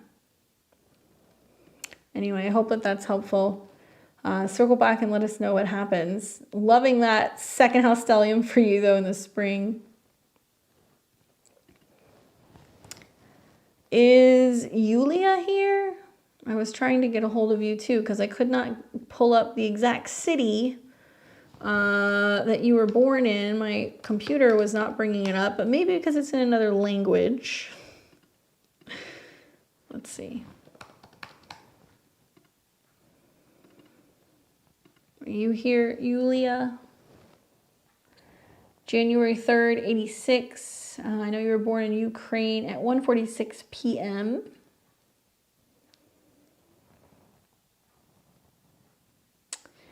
Will I make a mistake by quitting my job right now, or shall I wait a little longer to see if anything changes? Well, I'm looking at this eclipse that's coming on your moon, which makes me feel like a job change may be inevitable. especially because it's going to be during an eclipse with Venus Saturn. Venus is your ruler. You might be like, I can't take these people that I'm working with. I'm over it. It's kind of the feeling that I'm getting. Thanks, Gigi. Yeah, I would look at this. So, you know, career stuff for all Taurus risings, it doesn't matter your degree. All right. Like Mars and Pluto and Mercury and Pluto is just like, there is just a lot of intense communication with people at work right now. It can feel like there's too many cooks in the kitchen. You know, pretty soon Mars is going to hit Pluto, which means you could still have a little bit of like a tit for tat with somebody. As Mars and Pluto come into conjunction, it's going to square your north and south node. So I'm not going to tell you to quit or not quit your job. I'm just going to tell you, watch for the days that I give you where there could be more intense exchanges. So Mars and Pluto will come into conjunction February 13th, and then Mars is going to square your nodes through the 20th with Venus. And Venus rules your chart. So when Venus comes into conjunction with Pluto, you're like, fuck it. Or like, I'll find something else, you know? And that's really what the Venus-Pluto conjunction is about. It's like, what's the worst thing that could happen? You know, I find another job. Like literally, that's how that could manifest. And then you're going to see Venus cross your Jupiter with Mars, where it's like either the conflict that arises in the workplace sometime in March, end of February, beginning of March, creates a situation where you finally purge all that out and you clear the air and you're like, okay, this is what had to happen to be able to work more efficiently. Or it's going to manifest as you getting ready to change your job, and then Mars and Venus are going to sit on your Jupiter, and it can bring you a new position, especially like the 1st through the 8th of March, right? You know, I kind of get the impression with all these planets at the top part of the chart, it's like, is it that planets are moving through your 10th house and you're having some issues with superiors and bosses and you're not wanting to be told what to do? Maybe. Is it that Uranus is getting close to your ascendant and you're kind of restless anyway? Maybe. You know, the South Node's coming for your moon, and that's definitely going to change your relationship with your workplace, the people you're in relationship with at work, you know, the office that you're in, whatever you're in. So whether it's the squares that hit the next month, the eclipse at the end of March, or if you really want to drag it out until the South Node and Venus come together in, you know, August, September, all of these times kind of are times where there's going to be a change. But in reality, what's really going on is you have Pluto on your midheaven, and it's going back and forth, where you're like, I'm sick of the drama and the power struggles and the back and forth with people.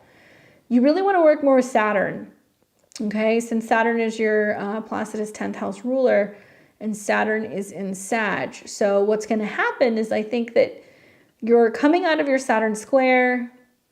You're going to see that Jupiter will start opposing Saturn, and this is starting a new phase for you in like May, June, right? I know I'm throwing a lot of dates at you, but like working with groups of people and like learning how to get on well with them seems to be the focus. And let this be a lesson for the next several years. Pluto's going to square your north and your south node. So it's either saying you change careers, or you become your own boss, or you get into a position where you're not dealing with like power hungry people who are trying to kind of give you a hard time.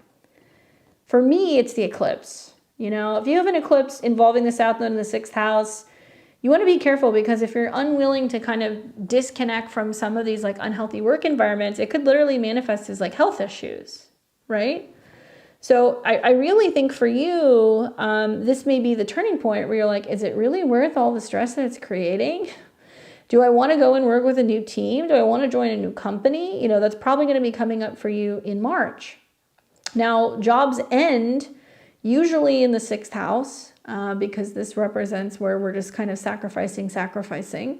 And a good Saturn aspect will bring you something. Well, Venus and Saturn during this particular conjunction is like, okay, maybe you quit your job, but you have a female friend that says, hey, I know somebody who's hiring, I'll connect you, or we're looking for someone, or I have a connection. So you'll see that something else emerges through some kind of like alliance. Somebody else will kind of pop in and offer you some kind of support. That's kind of the feelings that I'm getting.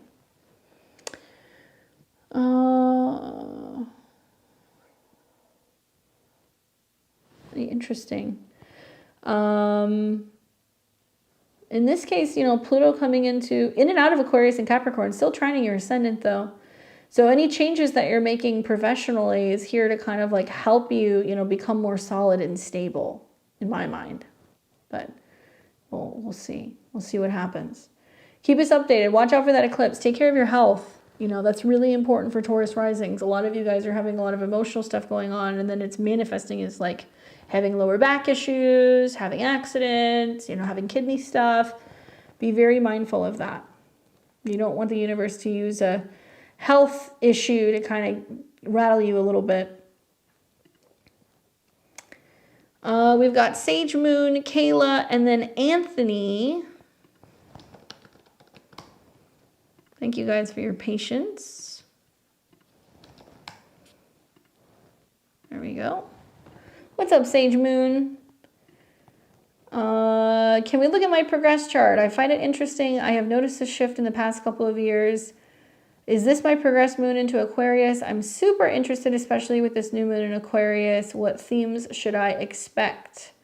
Thank you. FYI, my niece was so happy with her reading last time. Very helpful. Thank you. All right, let's look at your progressions. I'm going to look at your secondary.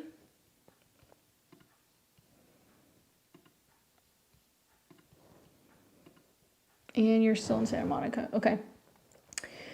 So this is the progress chart. So you're a Gemini rising, sun in Pisces, moon in Aquarius. Well, that's been a sweet conjunction the last couple of months with the moon conjunct Jupiter. Definitely investing in a lot, learning a lot about astrology, travel, marketing, you know, teaching, publishing, education. That's been a huge theme for you. And what I like about this is that as the moon has been in Aquarius, it's trining your Pluto. So it's really enhancing all of your like creative projects, art, and anything that you're designing. And now it's helping get this out into the world and be seen more. Have you been establishing relationships with like publishing agents or, you know, like women who like live in other parts of the world or other parts of the country who are helping you talk about, you know, getting your stuff out more or getting it seen or wanting to represent you or talking about print or publishing? That could have been a theme. It's good for relationships at afar as well.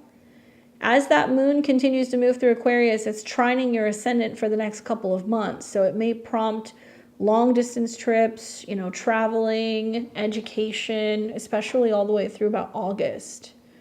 When I had my progress moon through my 9th house, that was like 2 years ago. So that's when I started teaching. That's when I was like teaching my astrology. That's when I started teaching my tarot. That's when I started writing a book. All of those things happened during my 9th house year.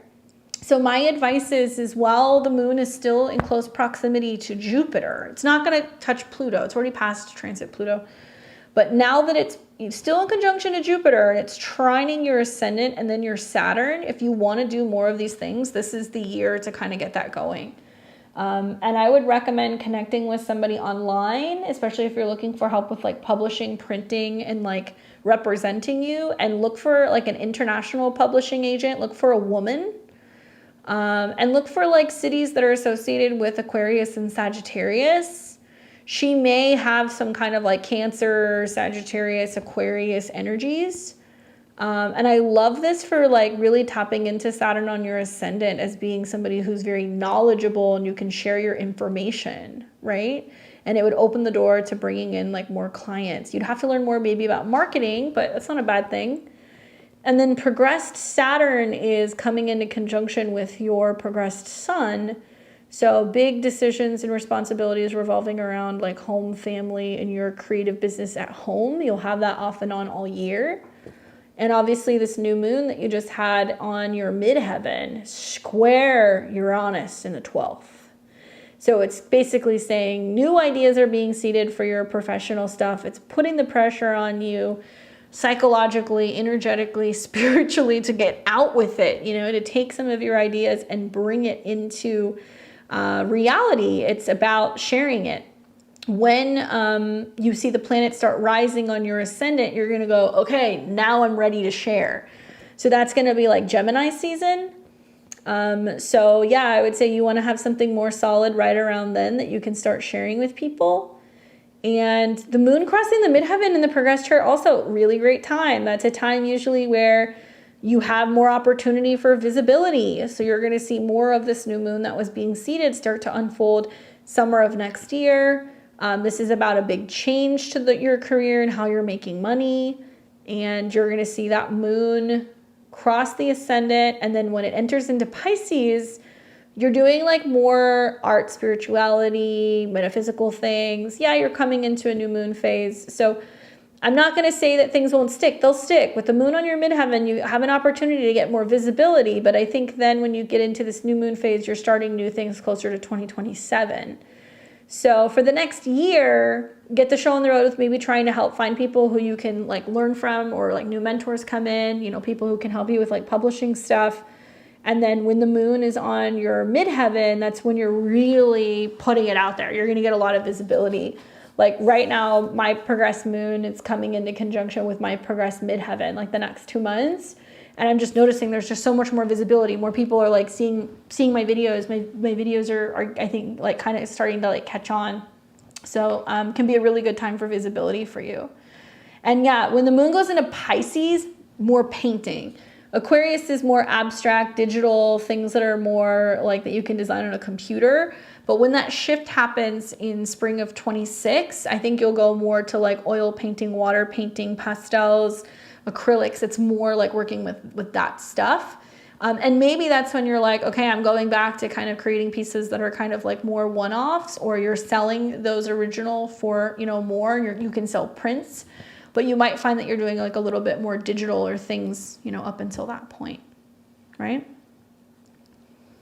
Really interesting. You can definitely always look at the progress chart. Always look at the progress chart, because it's going to show you things that sometimes you don't see in your natal horoscope. I've been a victim of having eclipses in my progressions, and I didn't know. I was having eclipses in my 6th house like a couple years ago, and I kept getting COVID like over and over, and I was like, what the hell is going on? And then I looked at my eclipses in the 6th house, and I was like, there it is. So don't sleep on the progress chart, and make the most of this year with Saturn on your sun. You're creating that creative space at home that you so very much need. Good luck. We've got Kayla, and then Anthony, and then Chandra. Kayla. What's up, Kayla? Your birthday's coming up too. Happy almost birthday to you. There's a lot of Aquariuses in the house. There's a lot of Libra risings in the house. Let's take a look what you got going on here. I have no idea what I'm doing right now. Can I just have some guidance on relationships? I've set boundaries, but now things are coming back around with my son's dad also wanting to shift my career. Well, it's kind of like choose your own adventure. I think maybe if you've heard other readings for the Libra rising, Aquarius moons in the 5th house, it's like you're giving yourself the green light to be like, I'm choosing what's going to make me most happy, right? And so much I think of the seed that's being planted in your 5th house is more about your creative energies, your children, your romance, fun. I mean, Aquarius in the 5th house means you're going to have romantic affairs that do not make sense to some people, okay? And it's going to shock and surprise some people. I feel like the North Node Chiron conjunction in your 7th house is bringing up an opportunity to heal wounds with other people, particularly relationships, people who you've been kind of tied to romantically. And Mars and Venus have been going through the 4th house, where you've been kind of rehashing and going through some of this stuff privately, or deciding how future relationships will impact your home. Pluto's been on your Juno, so you've been going through a huge transformation of how you look at commitment and relationships. You're going to have an eclipse in the 7th house with a retrograde in April. I mean, I personally feel like, you know, old love may die hard with some of these transits. It's very unusual for people to come back to you from the past with that Venus-Neptune in the 4th. So, you know, relationships and partners are a huge theme now through the spring. Now, when it comes to your career, that's going to be more your moon. And the truth is that, okay, Jupiter and Uranus are trining your moon. So the willingness to make changes to what you're doing, how you make money, and also through help of joint resources if you're in a period where you're kind of in flux. But Saturn will oppose your moon this year. So that means that home family responsibilities, do have you questioning, wondering, second guessing whether or not it's a good time to quit a job, change jobs, make a shift. I feel like if you're looking for a new job, I would do it after the new moon in Pisces in March, around the 9th. That's going to trine your midheaven, and it's also going to come into a sextile with your Venus, very close to your Jupiter. So it could be planting a new seed for work, but really it's like a new schedule. So I wonder if it's just rearranging your schedule in some way. Fifth house is performing. Sure, the new moon in the fifth house is performing, creating, sharing, but sharing with a group of people. And you have your sun at a 26, so it's going to be like professional gambling, or, you know, working with aromatherapies, or working with tarot or astrology. It's going to be something that's like weird, but also like Taurus-y. You know, stuff involving flowers, healing, Bach essences. I mean, Saturn and Neptune coming in your sixth house. Like, I could see you considering something in the health and wellness arena, if that's what you wanted to do. Singing and performing makes sense. Like, the sun in the fifth house wants to be seen, but the problem is that you're trying to figure out how to make money from it. So I like this new moon as a time to say, I'm going to focus on what I want. And if I go after what I want and give myself until June, I'll see if I'm really giving it my all, if it actually like, if it works. The Uranus square is very kind of like, it could go one extreme or the other. You know, I wouldn't say quit your day job and like join the circus, but I would say if what you really want to do is be on stage, it's making more time for that and seeing if you're giving it your all between now and June, if it's actually giving you the opportunity to make money. So I definitely would be doing that for sure. And when you see a really strong Mars transit, that's going to impact your finances. So, you know, Mars coming into conjunction with Mars, you could definitely have people who are paying for what you have May, June, during your Mars transit, your Mars return. I don't think we're going to take this whole wanting to be on stage out of you. Like, I don't think that's going to happen. But I definitely feel like there's a way to combine your talents and also something that's about helping and assisting other people as Saturn crosses your Mercury and it comes into conjunction with Jupiter. Like self-help, healing, wellness, coaching, oils, that's very Pisces, Reiki. It's something that could at least give you a little bit more flexibility if you wanted to kind of like make a change at work, but giving you the resources to still kind of follow some of your creative, your creative projects. Because that moon rules the 10th house and it's in the 12th, you can't hide though. That's the thing, is that whatever you do, you have to be very visible. So it's one thing to say, I want to be on stage, I want to be seen, but like that 12th house moon gets like stage fright and it kind of like, yeah, it kind of hides out a little bit. So you're going to have to find a way to be able to either perform like in a way where you're performing under a different name, or you're wearing a mask, or you're like doing something where you're playing a character, because it's going to have some insecurities about visibility. And also Saturn in the sixth house wants you to really make sure that you are really honing in on your skills this year to be able to kind of really perfect some of your professional stuff. I would just encourage you, while Uranus is square your sun, join new groups and associations that may be connected to performing, acting, dancing, comedy. Comedy is another good one with like the fifth house. I feel like that can be an option, especially as you're going through some transits under Jupiter, like stuff that's going to be more being on stage around groups of people and stuff that can be either storytelling or stuff like that. But you need, with Uranus square your sun, I don't like saying this, but it's like you need to upgrade the people that you're hanging around, because you need to be around people who are going to help give you that audience for you to be able to perform. So you need like-minded people who are going to encourage you. So like look at improv groups or stand-up groups or other things that could really assist you. And your seventh house is your marketplace. So with your North Node return coming in and your transits with Mars, coaching, training, teaching, sharing, encouraging.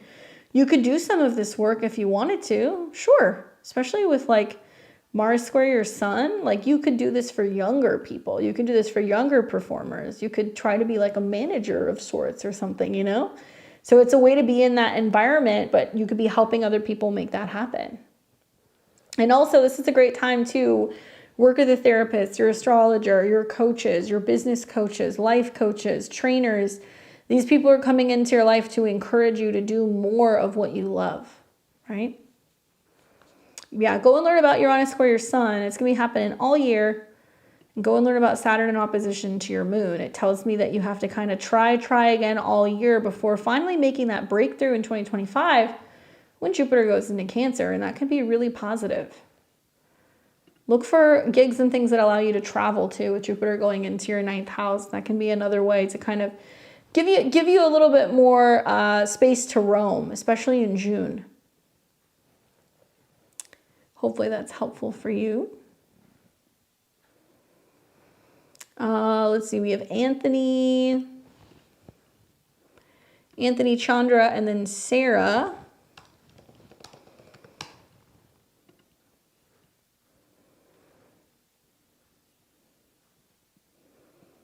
Let's see, did I save you?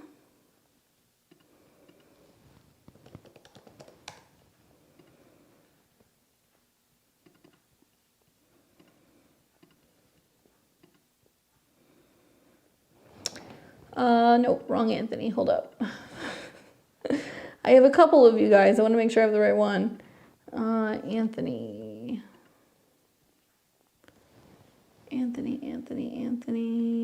Let's see. 8/30, 1990. Why am I not seeing you on here? All right, let me add you again. Sorry about that.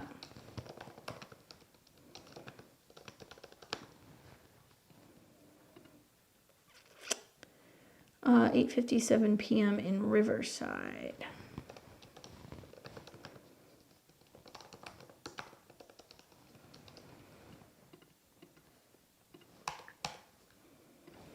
All right, so we've got Anthony here, Aries rising, Sun in Virgo, Moon in Capricorn.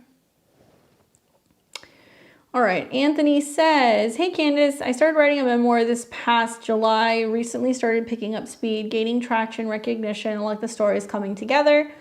The Chiron North Node conjunction in Aries is directly on my ascendant, so I'm wondering if you have any suggestions based on my overall chart to work with this energy to maximize my success in writing a book. P.S. The book is based around my time in college, which was when Pluto crossed my moon. Not fun, and I'm sure Pluto in Aquarius is playing a factor too. Thank you. What's up, Anthony? Well, let's take a look here. So I think about Jupiter being connected to publishing and stories, and you've got Jupiter in Leo, so self-stories, things relating to your experiences, especially when you were younger. So a strong Jupiter transit will definitely bring about some of like this story kind of coming together. So yeah, the Chiron North Node, we'll talk about that. That there is a connection there that's been building over the last month or so, and you're going to see it still for about another month. What is the ascendant? That's the self, not just your appearance, but this is like the gateway of your purpose in this lifetime.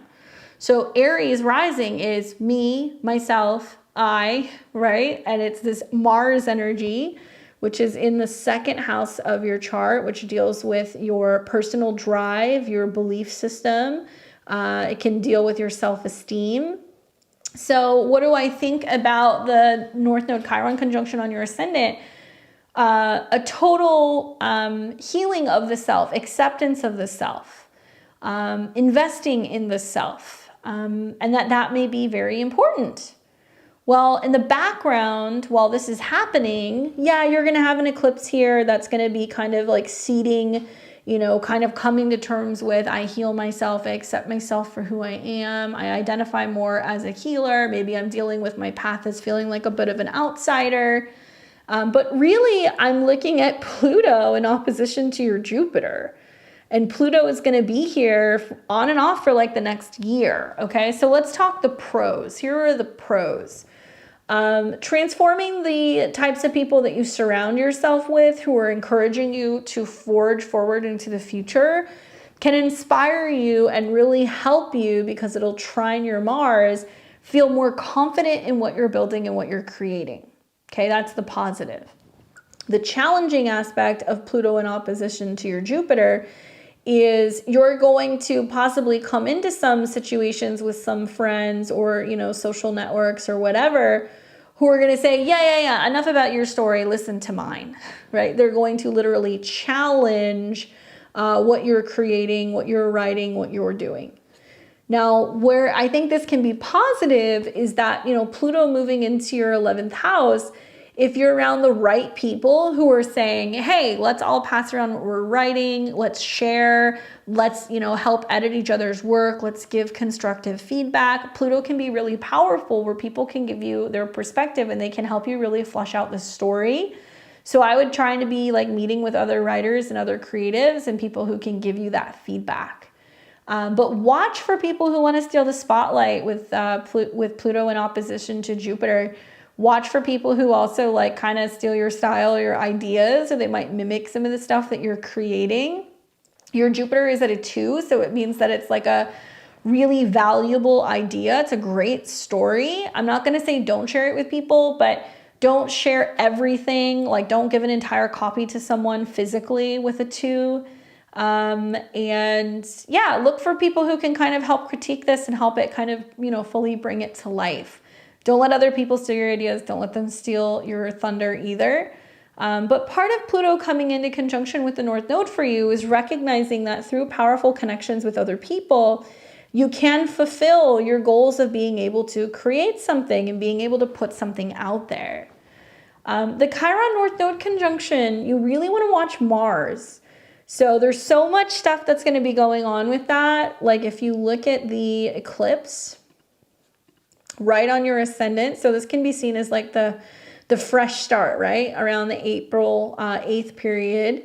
But the Mars rulership has Mars conjunct Saturn in the 12th. So it says that, yes, you're focusing on this fresh start. There's this new version of you that's emerging, but you're like, ooh, I'm not ready to come out of my cocoon yet. Like, I'm not ready to like share and expose my soul. Like I'm not ready to tell everybody like what I've been working on quite yet. Saturn rules work and career and reputation. Mars is you. You're like, I'm still hiding a little bit. I need more time.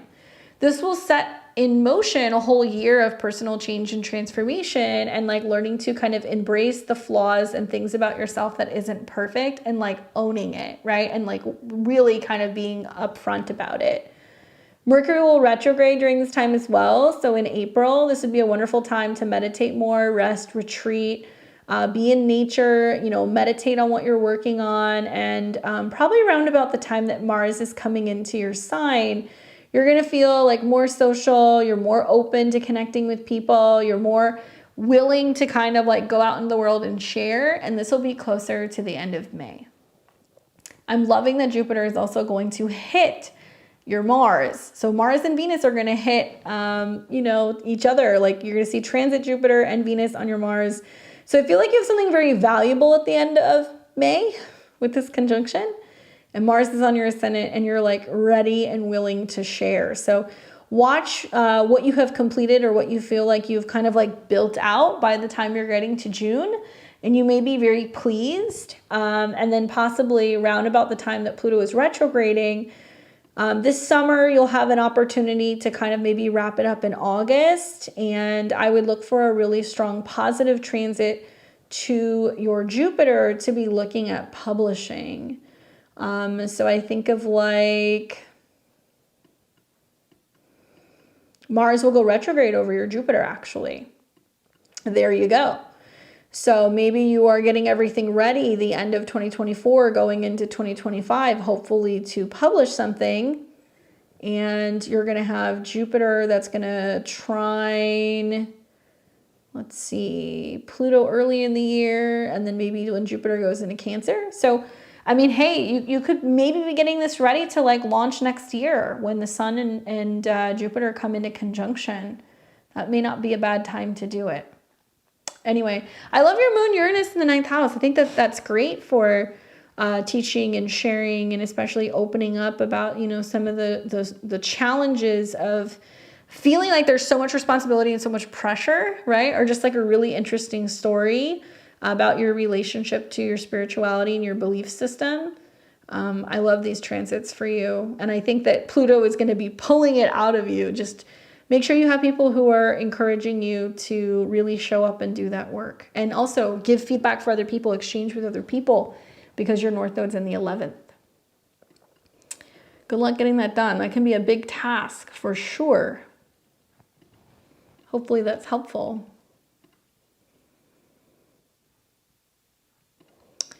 We have Chandra. What's up, Chandra?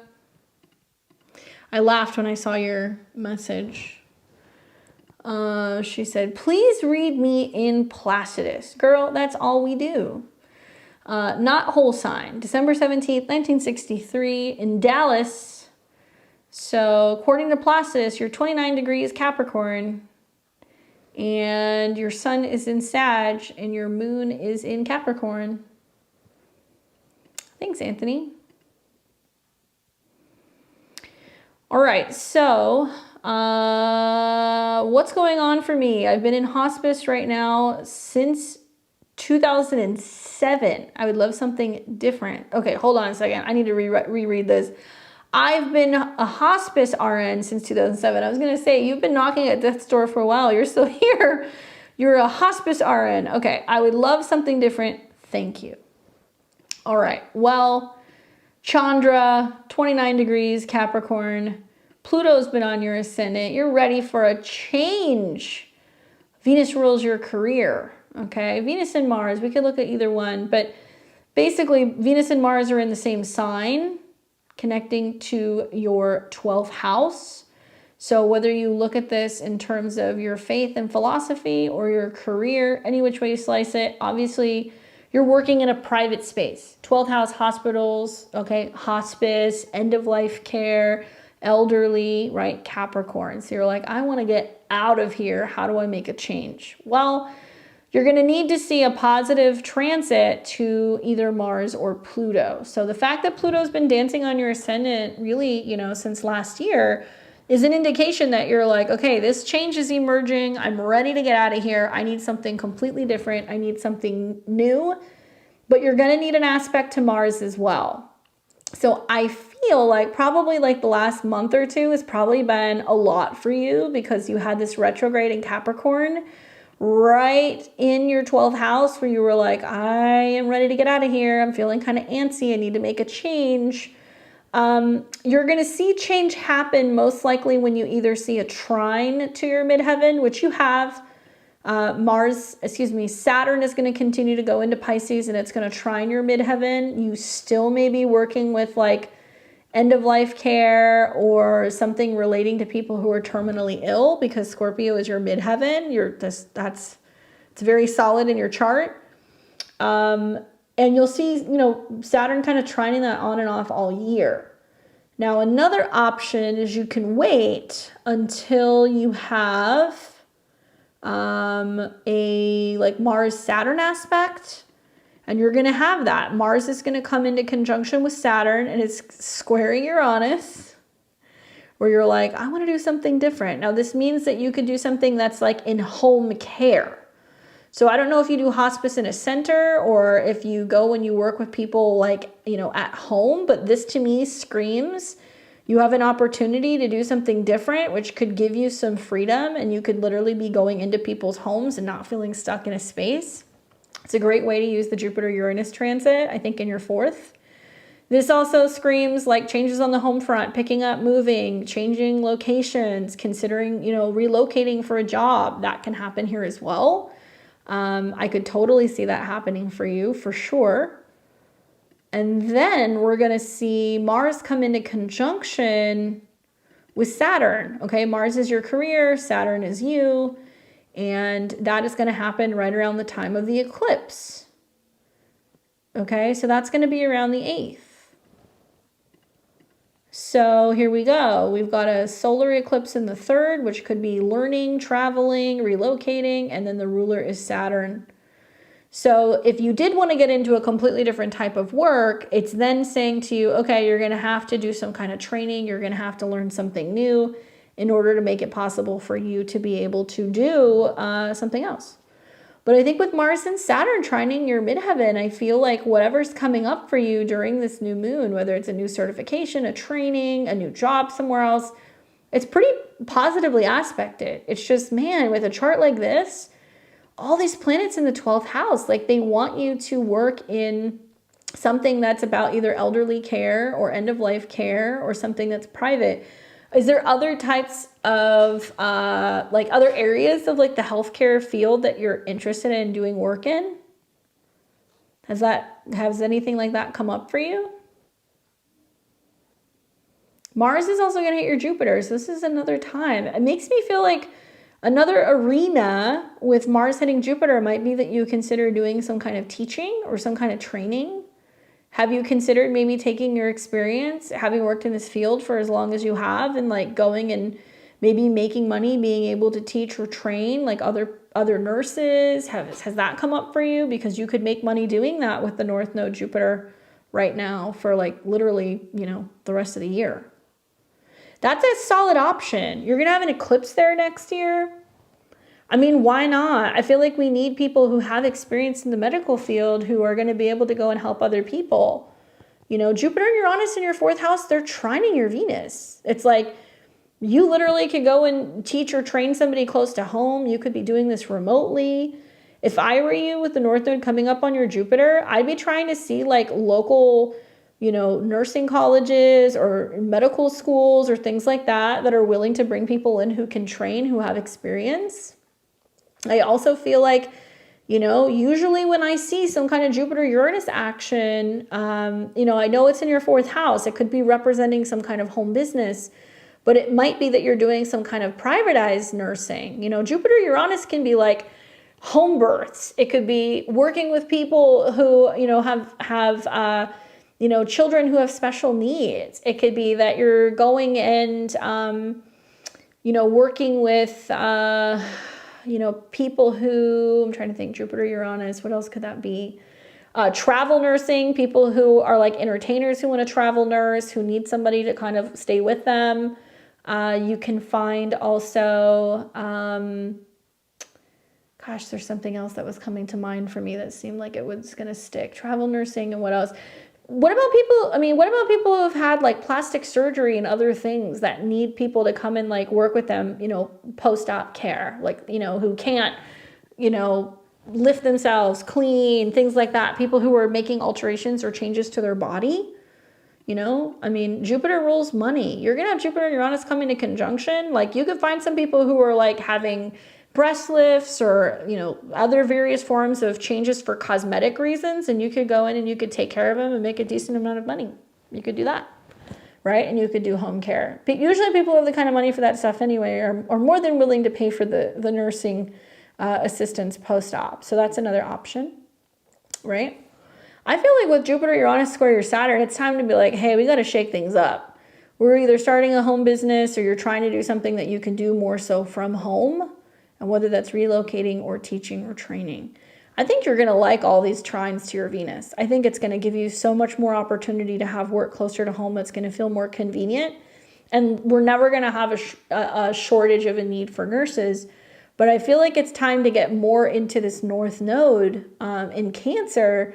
And maybe this is more working on the birth spectrum, the life spectrum, not the death spectrum. So if you have any interest working with moms or do anything, you know, preparing women for birth or even, you know, doing like, you know, maybe like postpartum care, that can be a really wonderful way to use the Jupiter-Uranus energy. Granted, you'd have to go and learn more about that stuff, right? You're used to kind of taking care of older people, but that might be an interesting kind of twist and a kind of a change. You know, Cancer is more about aligning with women and like mothers and energy like that. And helping them through the process of, you know, going through that transformation of maybe becoming parents. Anyway, just some food for thought. Be grateful that Saturn's going to trine your Neptune. Really dream about what it is that you could be doing. I think I wouldn't let some of your experience go to waste. I would stay in the medical field, but maybe find something that's going to kind of give you a little bit more pleasure. Hopefully that's helpful. And I agree with you. Placidus always. We have Sarah and then Rebecca and Michelle. Let's see, Sarah.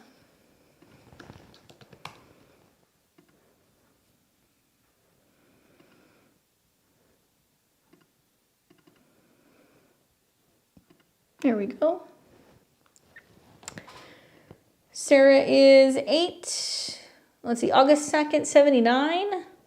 And that was in Louisiana at 12:04 a.m. Looking for career advice as to asking for more autonomy. Okay. So she's asking about changes going on the work front. You're welcome, Chandra.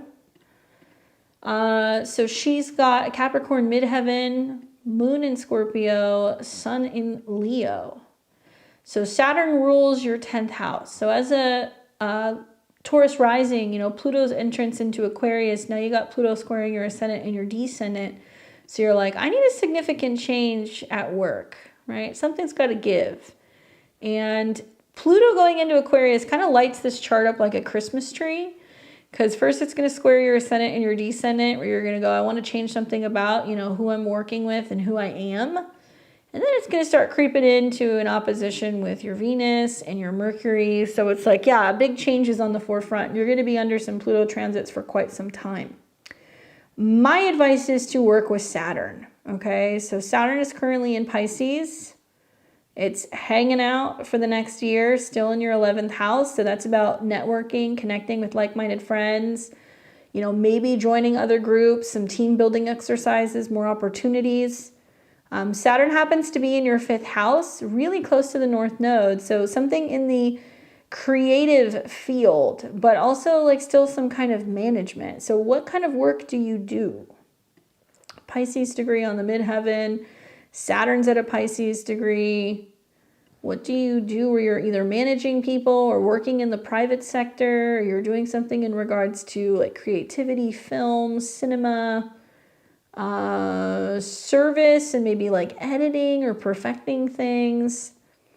But the next couple of years, you know, you're going to see with Saturn in opposition to your Saturn and sextile your ascendant, it's not necessarily what you do, it's who you know.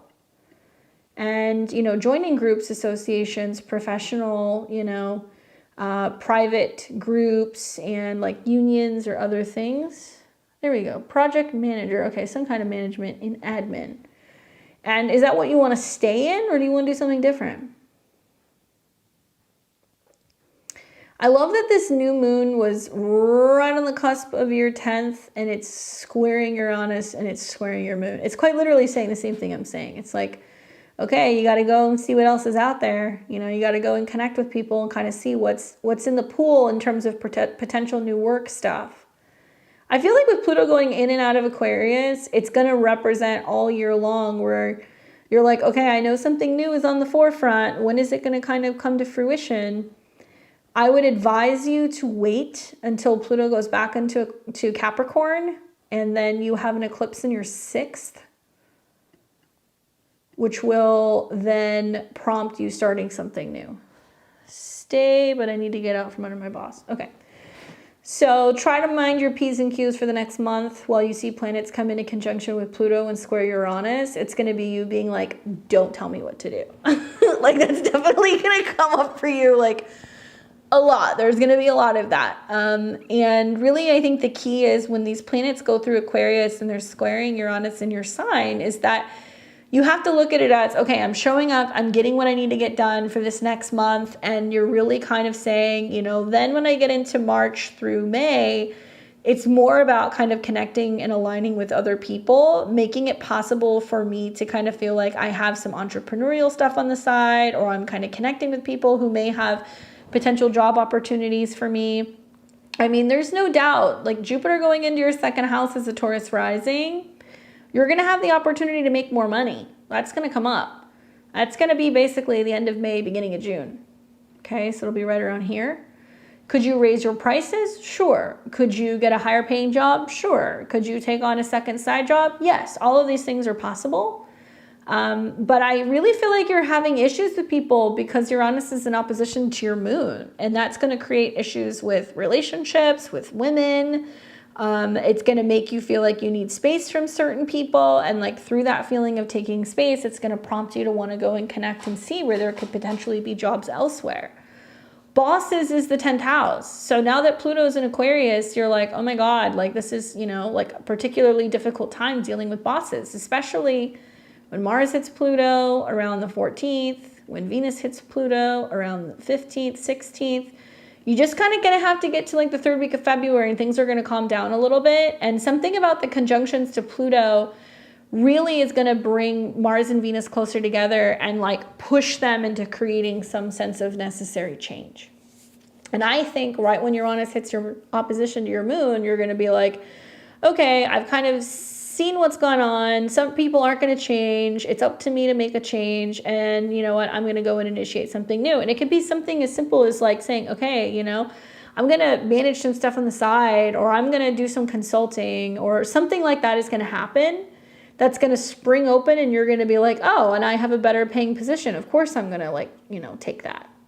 And I think you're crazy not to take that in June because it really makes sense. Eclipses at the end of March too. It's like, you know, a change is going to come. It's either going to be with the staff or it's going to be with your working schedule. And if you really lean into it, I feel like you're going to be able to bring in something that's better paying. But also, when you have this Mars retrograde down the road at the end of the year, it may go hand in hand with some changes in terms of your home life anyway.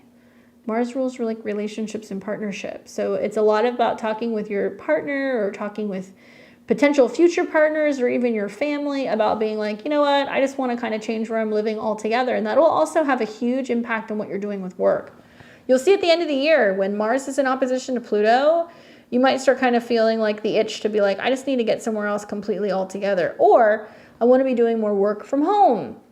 Listen, once again, Venus ruled chart, Venus is in the 4th. People who have Venus in the 4th or 4th house from the 10th, or people who have Venus conjunct their 4th house lord, like they do work from home. So I don't know if this is something you're already doing. If you are, great, stay with it. But I feel like this is going to be about, even if you decide to bounce and you take another job, people are going to come back to you at the end of the year and be like, oh, we really need you. Can you help us? And you'll have to decide if you want to go back to that. But like, I would be doing work from home if this were me with some of these placements, because I feel like having a little bit of space and not being immediately connected to people is definitely going to be a lot easier to kind of manage in my mind. Watch for that eclipse at the end of March in your 6th house, okay? Especially when it comes to getting along with people at work. Good luck.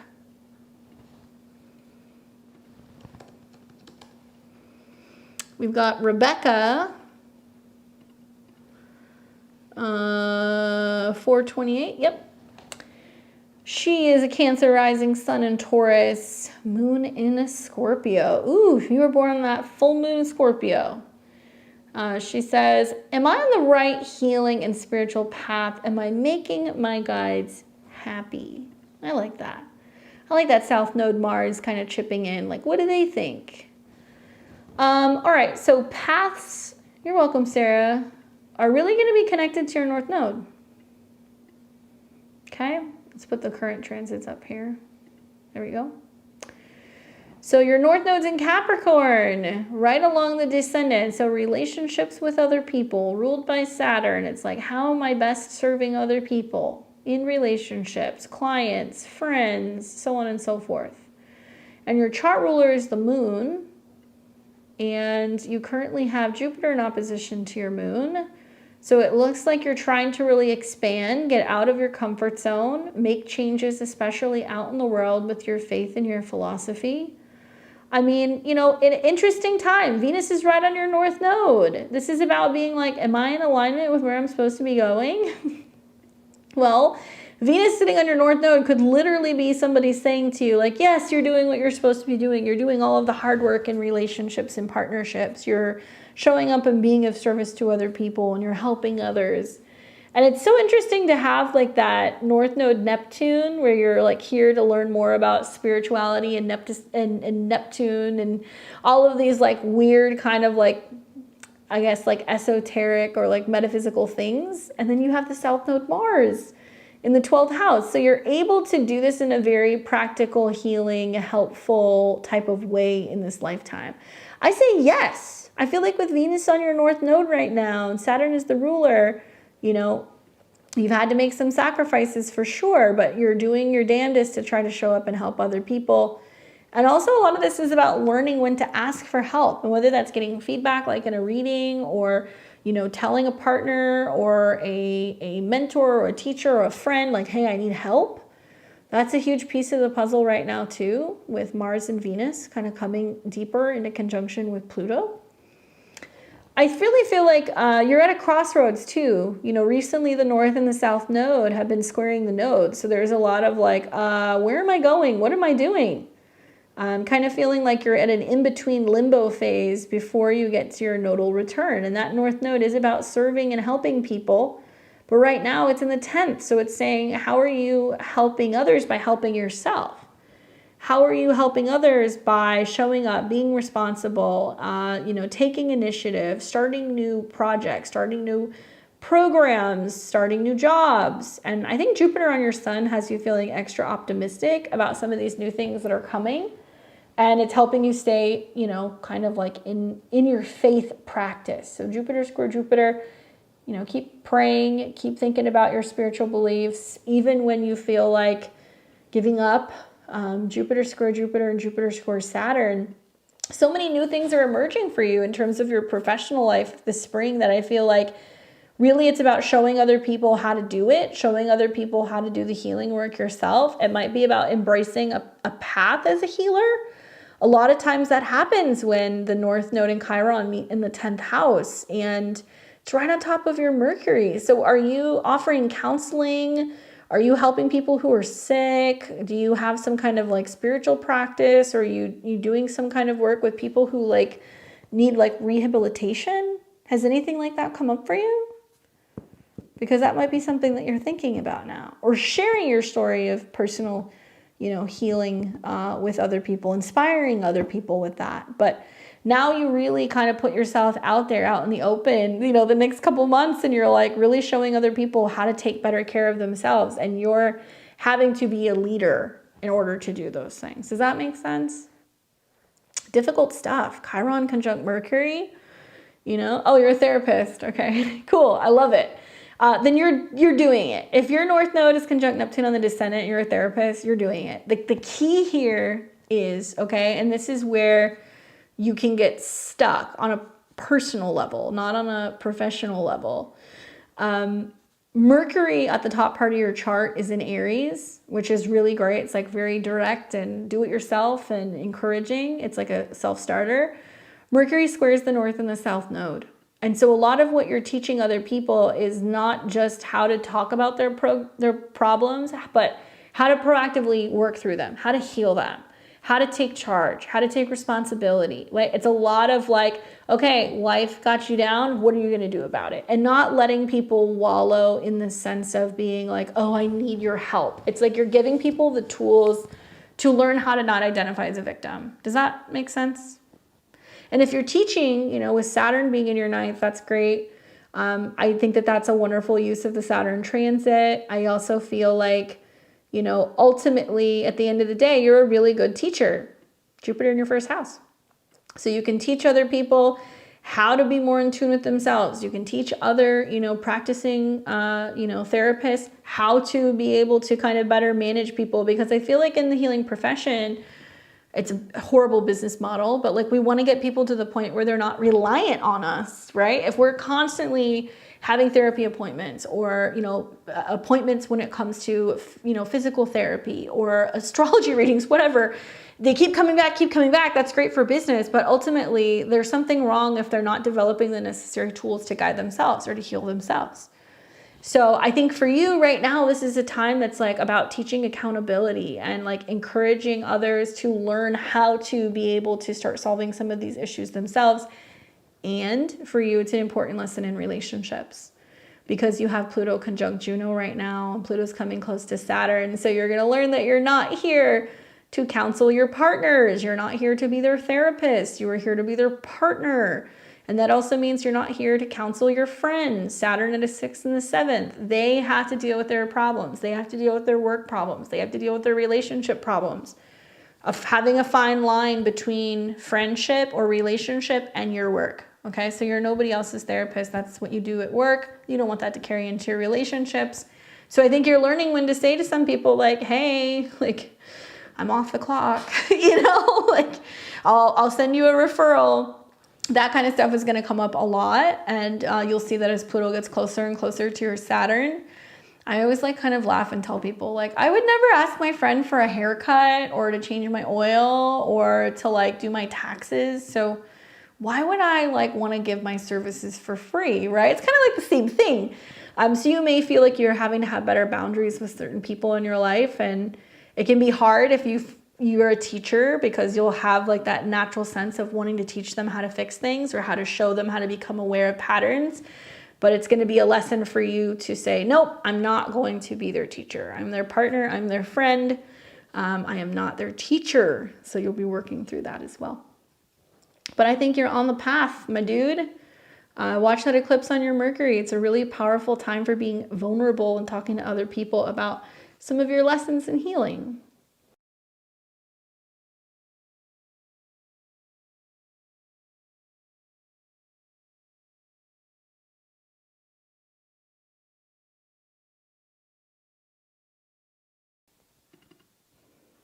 Make sure this is the right Michelle.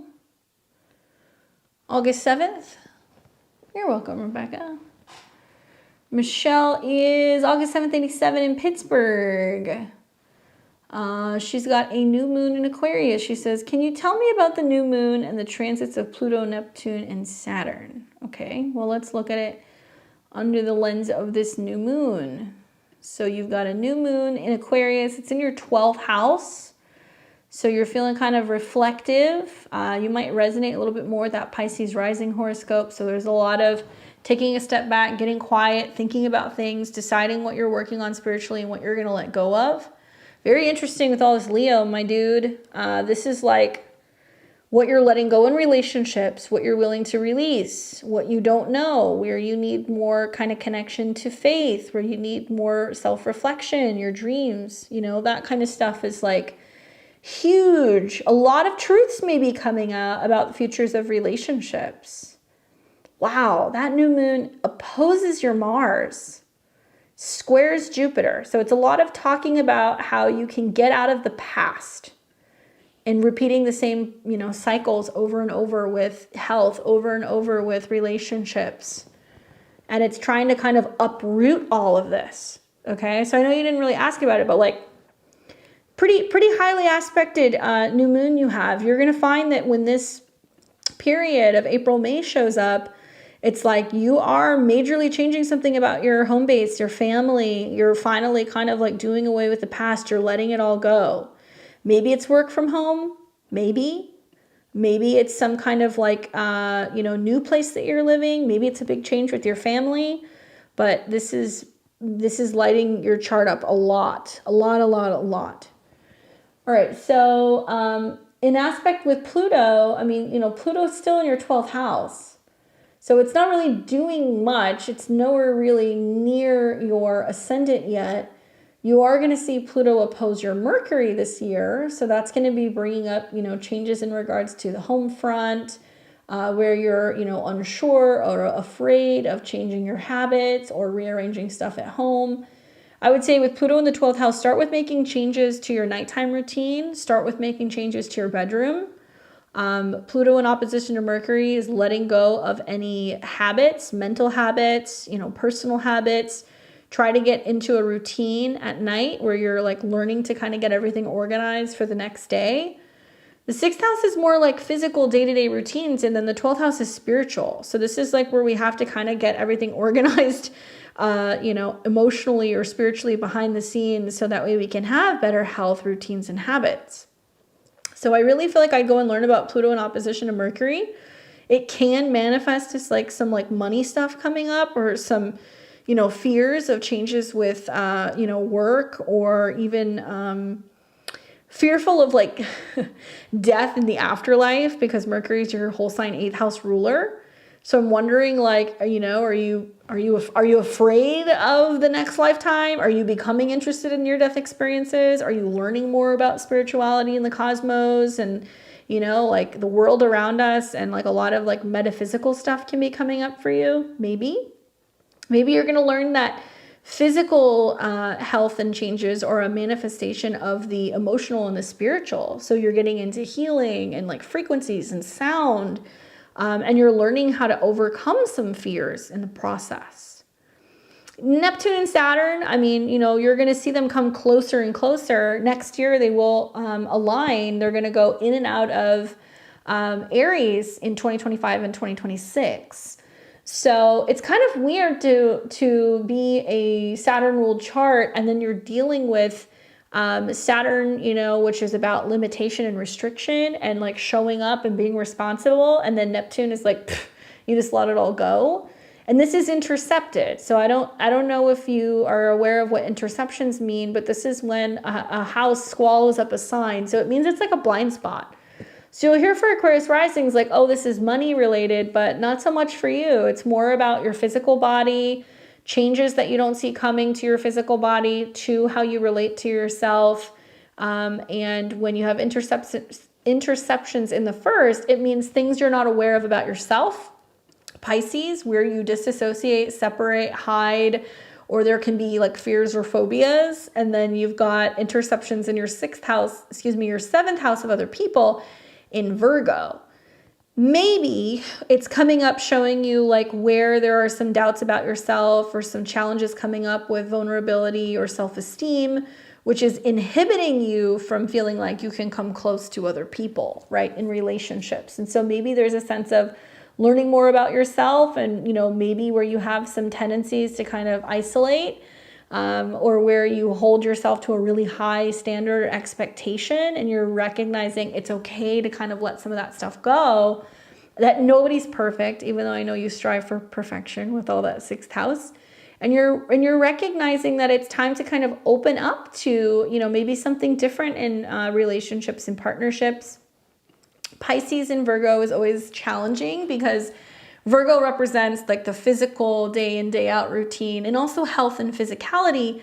And Neptune, Pisces can deal with self-sacrifice. So you may also see that people are coming in and they need you, or they're going through health issues or job issues, or they're kind of wanting to glob onto you and see if you can fix things. And maybe Saturn and Neptune coming into conjunction the next 2 years is you learning to look around and go like, I can't fix everybody. I got to save myself.